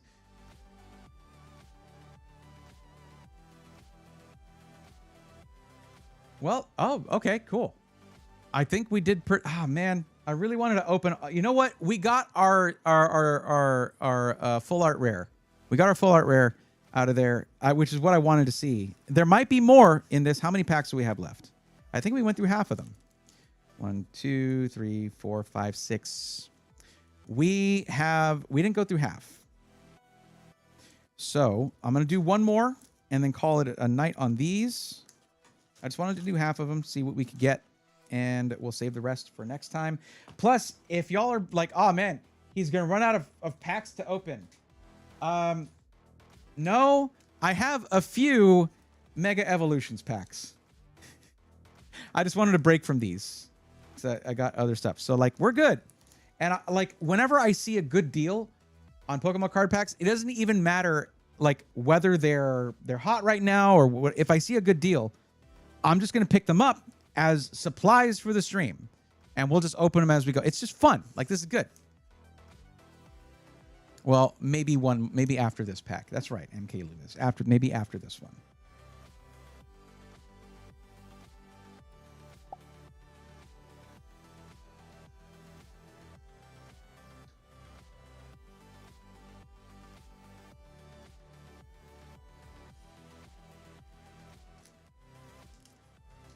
Just one more wouldn't hurt, right? Okay, great stream, but I work early tomorrow, so I shall be leaving after this pack. All right, I got you. I'll tell you what, MK Loomis. After this pack, give me 90 more seconds. I know you work early tomorrow. Give me 90 more seconds. So there's just one more person for the raid to make the person I raid just that little bit much happier. Even if you got to leave right away. It's just nice to see for them. And it makes me feel good.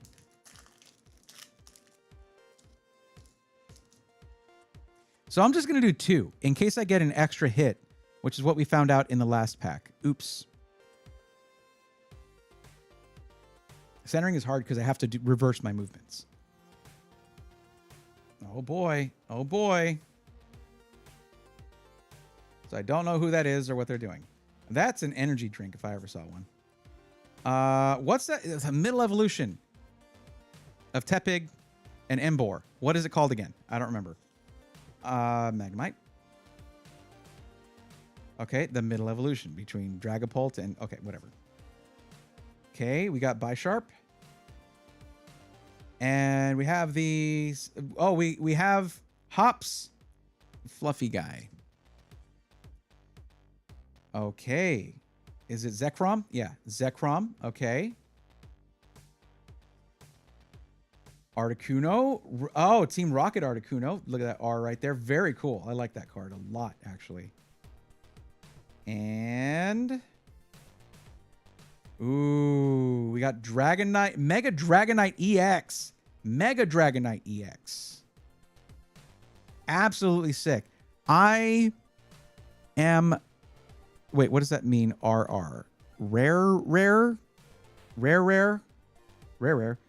I'm not a big fan of Mega Dragonite's design. They should have made his back wings large. Instead, he has wings on his head. Wings on its head. And I don't get how that is good for flying. Pig Knight. Thank you, MK Loomis. Appreciate that. But that's a gorgeous EX card. That is really nice looking. I like that a lot. That was good. That was good. I'm happy with that. I am happy with that. Okay. Oh, I should just never mention rating. I'll lose like 30% of my viewers like immediately whenever I do. But it's how it is, what it is. Some people just don't like rating. They're not into it. I have to accept that. But who be on right? Who's up right now?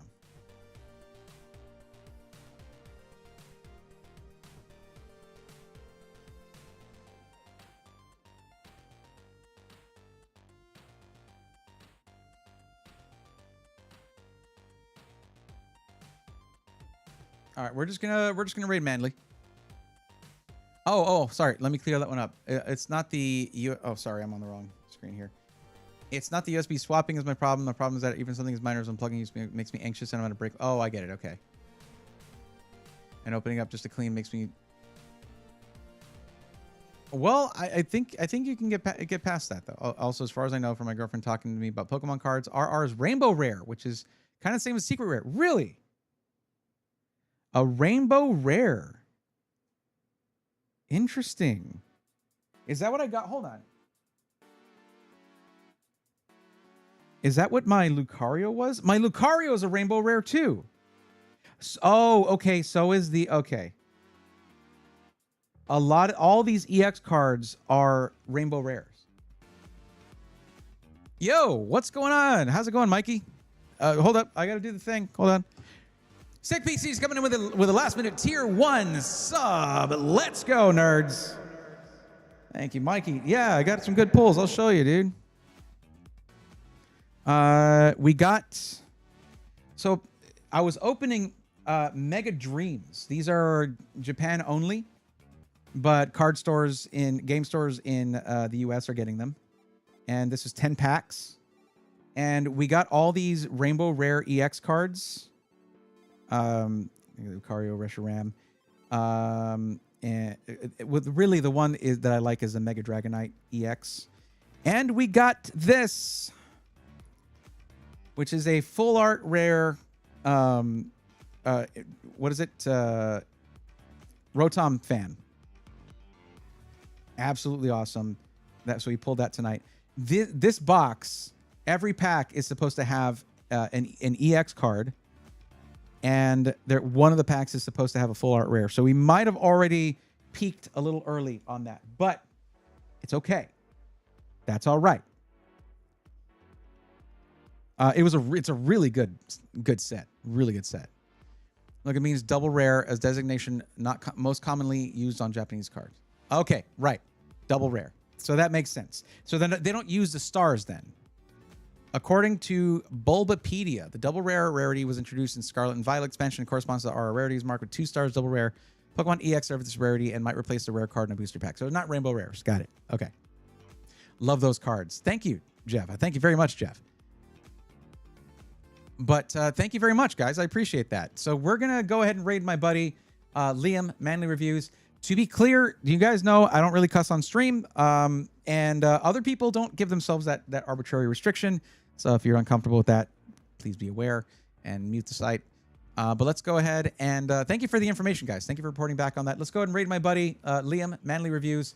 One of my favorite YouTube channels, by the way, is Manly Reviews. If you like video game essays and also very funny humor. It was really funny, dude.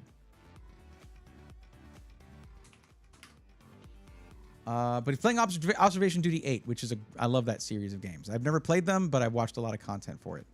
He's wearing a suit, so that's weird. All right, guys. I hope I can get some names. Oh, you submitted a form. Okay, Gil, once you submit a form, you do need to let me know it's in there. Yeah, I just saw it pop up. Yeah, you got to let me know it's oh, you just finished it like at 11:54. Got it. Okay. All right. I'll be back on Sunday. So we'll catch you then. But let's raid my buddy and say hi to him, say something nice. Even if you got to go. And he's a buddy of mine. So let's go raid him. That's going to be it for tonight, everybody. Thank you guys for hanging out. Thank you guys for hanging out. We'll be back on Sunday to do a YouTube video and help a few people out. Until then, take care.